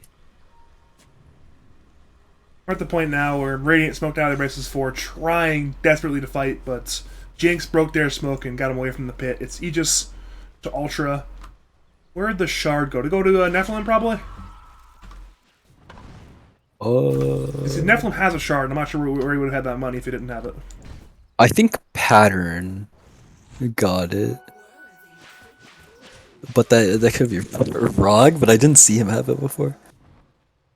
We're at the point now where everybody on the Dire side has a shard, so it's... Yeah. All's well that ends well. Everyone has that Aghanim shard upgrade. Ogre, Quap, Luna, Mars, Rubik all having it, so it's a good day to buy shards. Speaking of shards, it is Leshrac with his shard, setting up Split Earths, trying to preemptively be ready to defend his high ground. The waves, I mean, they're not even remotely close to here, but they're ready for the incoming peril at their base. Ultra has Aegis for 3 minutes 45, and I'm sure no band players intends to high ground in that time. That is this is Leshrac sounds like a repair kit. Normally you'd try to go to a different lane, but There's nowhere to go though. There's no other lanes. Yeah. They've already taken them. Tower though, it's slowly dying. I mean, they're bringing in the damage. I mean, if they just like have someone like walk in front, if they can steal the Split Earth, that would be huge. Because Jinx does have the shard now. Well, siege units have arrived. Dire have glyph. The tower certainly will go down here. The wall was popped, trying to delay some time. Ultra is no longer in the wall. The tower is dead. He now begins to walk for more. Siege units still alive. They're bloodlust. The vacuum is there. It doesn't bring Ultra into the wall. So Ultra, there's still no illusion of him hitting him. Range Rack's dead. Melee's No half punch? HP. They back off. M17 comes up. He's silenced and he's dead immediately. Arena's there as well. On to Keita. Keita, he's caught. Keita, is he a biotic? No, he is not. If he dies here, it's a disaster. He dies. Christian's biotic costs no money. Darkseer, Mag, both by that. KU goes in. He's trying to fight. Ultra pops the tank, trying to fight as well. Ultra doing so much damage. Going Thorax. Melees go down. The punch is there. The Lionson's there on 2. In comes RP is there on 3. Finger comes in. But can they still win the fight? Spear brings Mag and KU way away from the base. Keita diebacks. Ultra returns. Eclipse is in. Stolen RP. Stung onto the PA and PA. She is not long for life. She is stunned. She is speared. She will go down. Nephilim says even to call it. And it will be a 3v5 defense. Five from KU. Malefic dead. It's a 2v5. The two main cores, Kobe, KU. They look at Doki. They bring down Doski's now. 3 heroes of no banned players on the run, but they know the situation. No banned players. They're very happy with the team fight win for sure. It's looking bad for Radiant. I think I cursed them when I said I saw that they had a chance to win this game. So if you curse them, I think I cursed them. I was like, they have all the momentum. Logical. They've been winning the fights. They're only down by 9k, and now it's just they're down. Mega's down 22k in a matter of like 5 minutes. So yeah, KU's got the Rapier queued up, but I think that even with this item, I don't really see them having much of a chance. Well, I mean, it's... I'm out of words. This is just such an uphill climb for No Teddy. There's not much they can do other than perhaps by the Rapier and just hope. Hope that no banned players make some kind of mistake, because down Megas into a Luna, it's nearly unplayable. I mean, at some point, they really want to get this BKB at tier 4 to get thrown. Oh, that Timeless Relic. Did he not grab it on? Who did he get the relic to if it wasn't for him? Might just sent it to base. It's for like Rubik then or something? I don't know. Yeah. I mean, I assume Rubik's gonna pick it up, and then if he's still Split Earth, it just like perma stuns the guy. Well, 4-man smoke, perhaps the last one of the series. They run to the Radiant Tri-Camp. Dire, they have scanned. They know somebody's there, and they're fine killing anybody at this point in the game. Ultra grabs the D-Rune. Jinx links on in. He has the A on this, so he will not die. He lifts up KU, and in come the cavalry. Bilski spears, misses on KU, but the arena is there. It's a 1-for-1 trade. Something that comes in, hitting out the only one hero. Now Ultra is stunned. His illusion is hitting himself. Satanic, BKB, both popped. Ultra will live. Over to Pattern. Goes online. Leshrac dead. No buyback. Jinx buys it. 11-17. Goes down. It's 3 dead. All have no buyback. It's KU and it's Malefic against the world. no rapier either. So this is they have glyph, so they're gonna get another RP. I don't like the glyph usage though. That's It's, very, very early, perhaps. yeah. And now it's Ultra Runner's DD Rune's over. Perhaps that they're waiting for KU blinks and looking to fight Ultra now. Ultra has it. The crits! No! Isn't enough! Ultra still fighting. Spear of the Eclipse is there. KU is dead. It's a That's dieback it. for 2 minutes. Malefic, he will go down. It will be game. The GGs, the aggressive GGs are called, but the result is the same. No banned players. We'll be moving on to the top 3.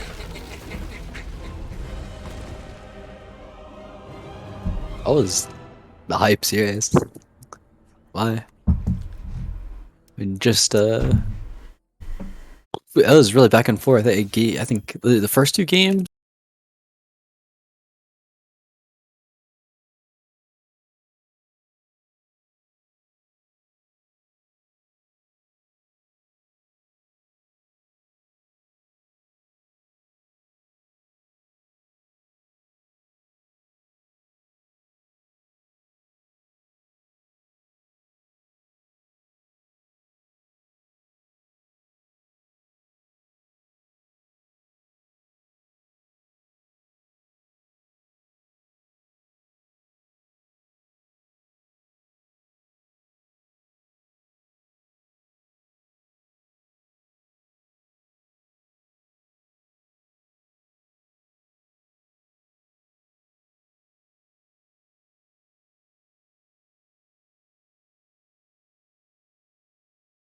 The defending champions in that 3rd game utterly and completely, and I mean, we're not sure who they're playing yet because Pizza Dog and Frostfire Sims have still yet to play, but they'll be waiting in the lower bracket finals for the loser of the upper bracket finals, and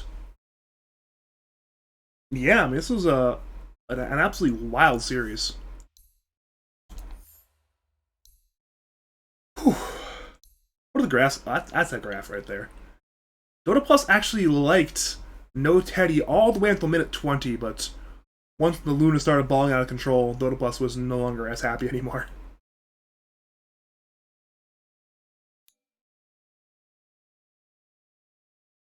MVP for the series, who do you give it to? Oh god, okay. I'm gonna have to look at all the games again. Obvious answer is probably Pattern.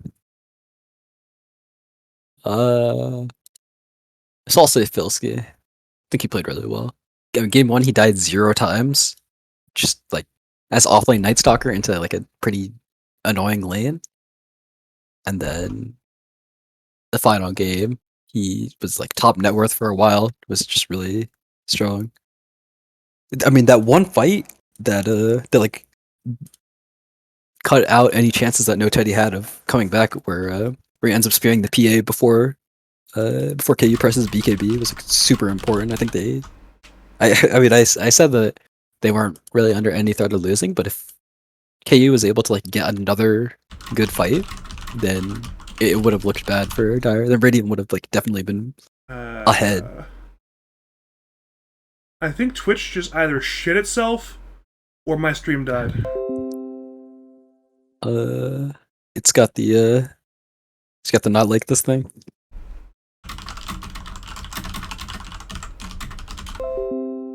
Wait, we're back. We're back. Yeah, we're back, but it's too late. You gonna get an interview? Wait. I think the stream's back. Yeah. Right, so we're good. Apparently all is well. Let me bother Filsky real fast. I want Filsky for the interview. Oh god, okay, I gotta think of some good questions then. Fuck.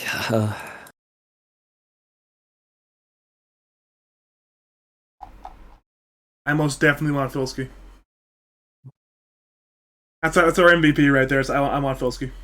You agreed? Who did you think? I mean, I was thinking Pattern after game 3, but I think Filsky as an overall series contribution. I agree with you on that one. He had a very good. Alright, so I'm gonna look to add Filsky to the DM right now. Sure. Oh god, okay, I don't really have good questions. I'll open. I'm sure I'll give you some time to think of something good. Uh-huh. Okay, where's add Filsky Dotes. Filsky added me. Okay, so I'm gonna add him to the deal. We are now being joined by the victorious offlaner himself. Congratulations, Filsky, on the 2-1 win over No Teddy. Thank you. Hope it was fun to watch. It was. Definitely. So, how do y'all feel about it? What y'all gotta say to me? I mean, we actually selected you as our MVP. What are your thoughts on that one? Game 2, I don't know if I could have played better. I mean, I didn't really have a big impact, but it felt like a really really hard tied game with their picks. But game 1, I was pretty fucking easy NS game. So I don't know. In those situations, I don't feel like I play well. I just play the hero in the game, and then game 3, I don't know. I think I played pretty well. Mars pretty Chad hero, stun people. Yeah, we're talking about that. Pattern like blinked into the base and made the game hard for a little bit, but afterwards at the Roshan pit, he speared the PA before he got BKB off, and Yeah, I don't even know if that's me being good and spearing him and him just not BKBing. So I wouldn't No, say I it's me agree with owning, you. but I agree with you, but I mean, you still had to press the spear there, so that is true. The one thing I can take credit for is I was screaming at my team to smoke behind Ultra because I knew if he walked up to that illusion and just got fucked up, he would have rage hard, probably would have lost. guys, you good call. Yeah, I think you probably would have lost because the game was looking a little dubious at that point.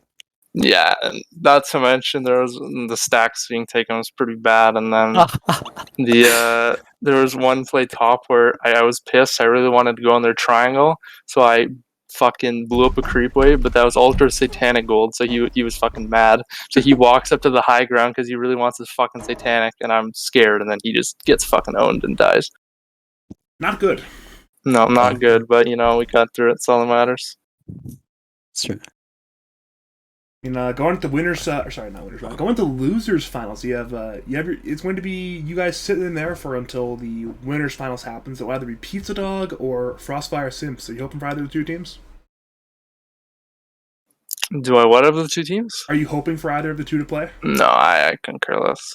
I don't really follow this League of Legends stuff. I just play. I guess if you want to win anyways, you need to be both of them rather than one of them. But yeah, I mean, this is should be a fun time waiting for the next series. I mean, I'm not quite sure when it will be because there's been a bit of scheduling issues, but I'm sure we'll be seeing you guys back in the playoffs later. Thank you for joining us, Filsky. Do you have any final words, shout-outs, calls to say to the people of League of Legends and Twitch.tv? I don't know. I guess we're still undefeated in playoffs. We only got lower bracket because of a forfeit because 2 of our players couldn't make it. So time to win it this year. I've gotten like second, third. I don't want to fucking lose again. Plus, I'm playing with Hull City next season, so the chances of winning are a lot lower. So I got to do it now. You said it, not us. That's fair. All right, thanks for joining us, Filsky. Have a great night. Have a good one. Over to Logical, though. Do you have any final words, call-outs, shouts to say to the people of League of Legends and Twitch.tv/Badger Pablo? This series is actually really hype. I think I say this every time, but this series was genuinely interesting. I thought that going into it, Teddy was going to be like favored kind of by, like it would be pretty significantly favored, but they didn't end up winning. And the game that they did win looked a little dubious as well. It was 61 minutes. So I'm happy to have sat through this one. It's always good to have the good series, of course. It was got my heart and soul into that one. It was a fun time. Thank you again, Logical, for joining me. I'm sure you'll be back for one function or another in the near future. Over to the usual stuff, though. If I'm to cast your games, cast your tournaments, contact me over on Discord. It's Badger number 5713, or on Twitter, twitter.com/BadgerDota2. But yeah, I'll be back for some more Lads playoffs whenever that happens, hopefully, and I'm not quite sure when else I'll be casting. I'll probably get some pub casting in before that. But yeah, thank you for watching, and as always, have a great night.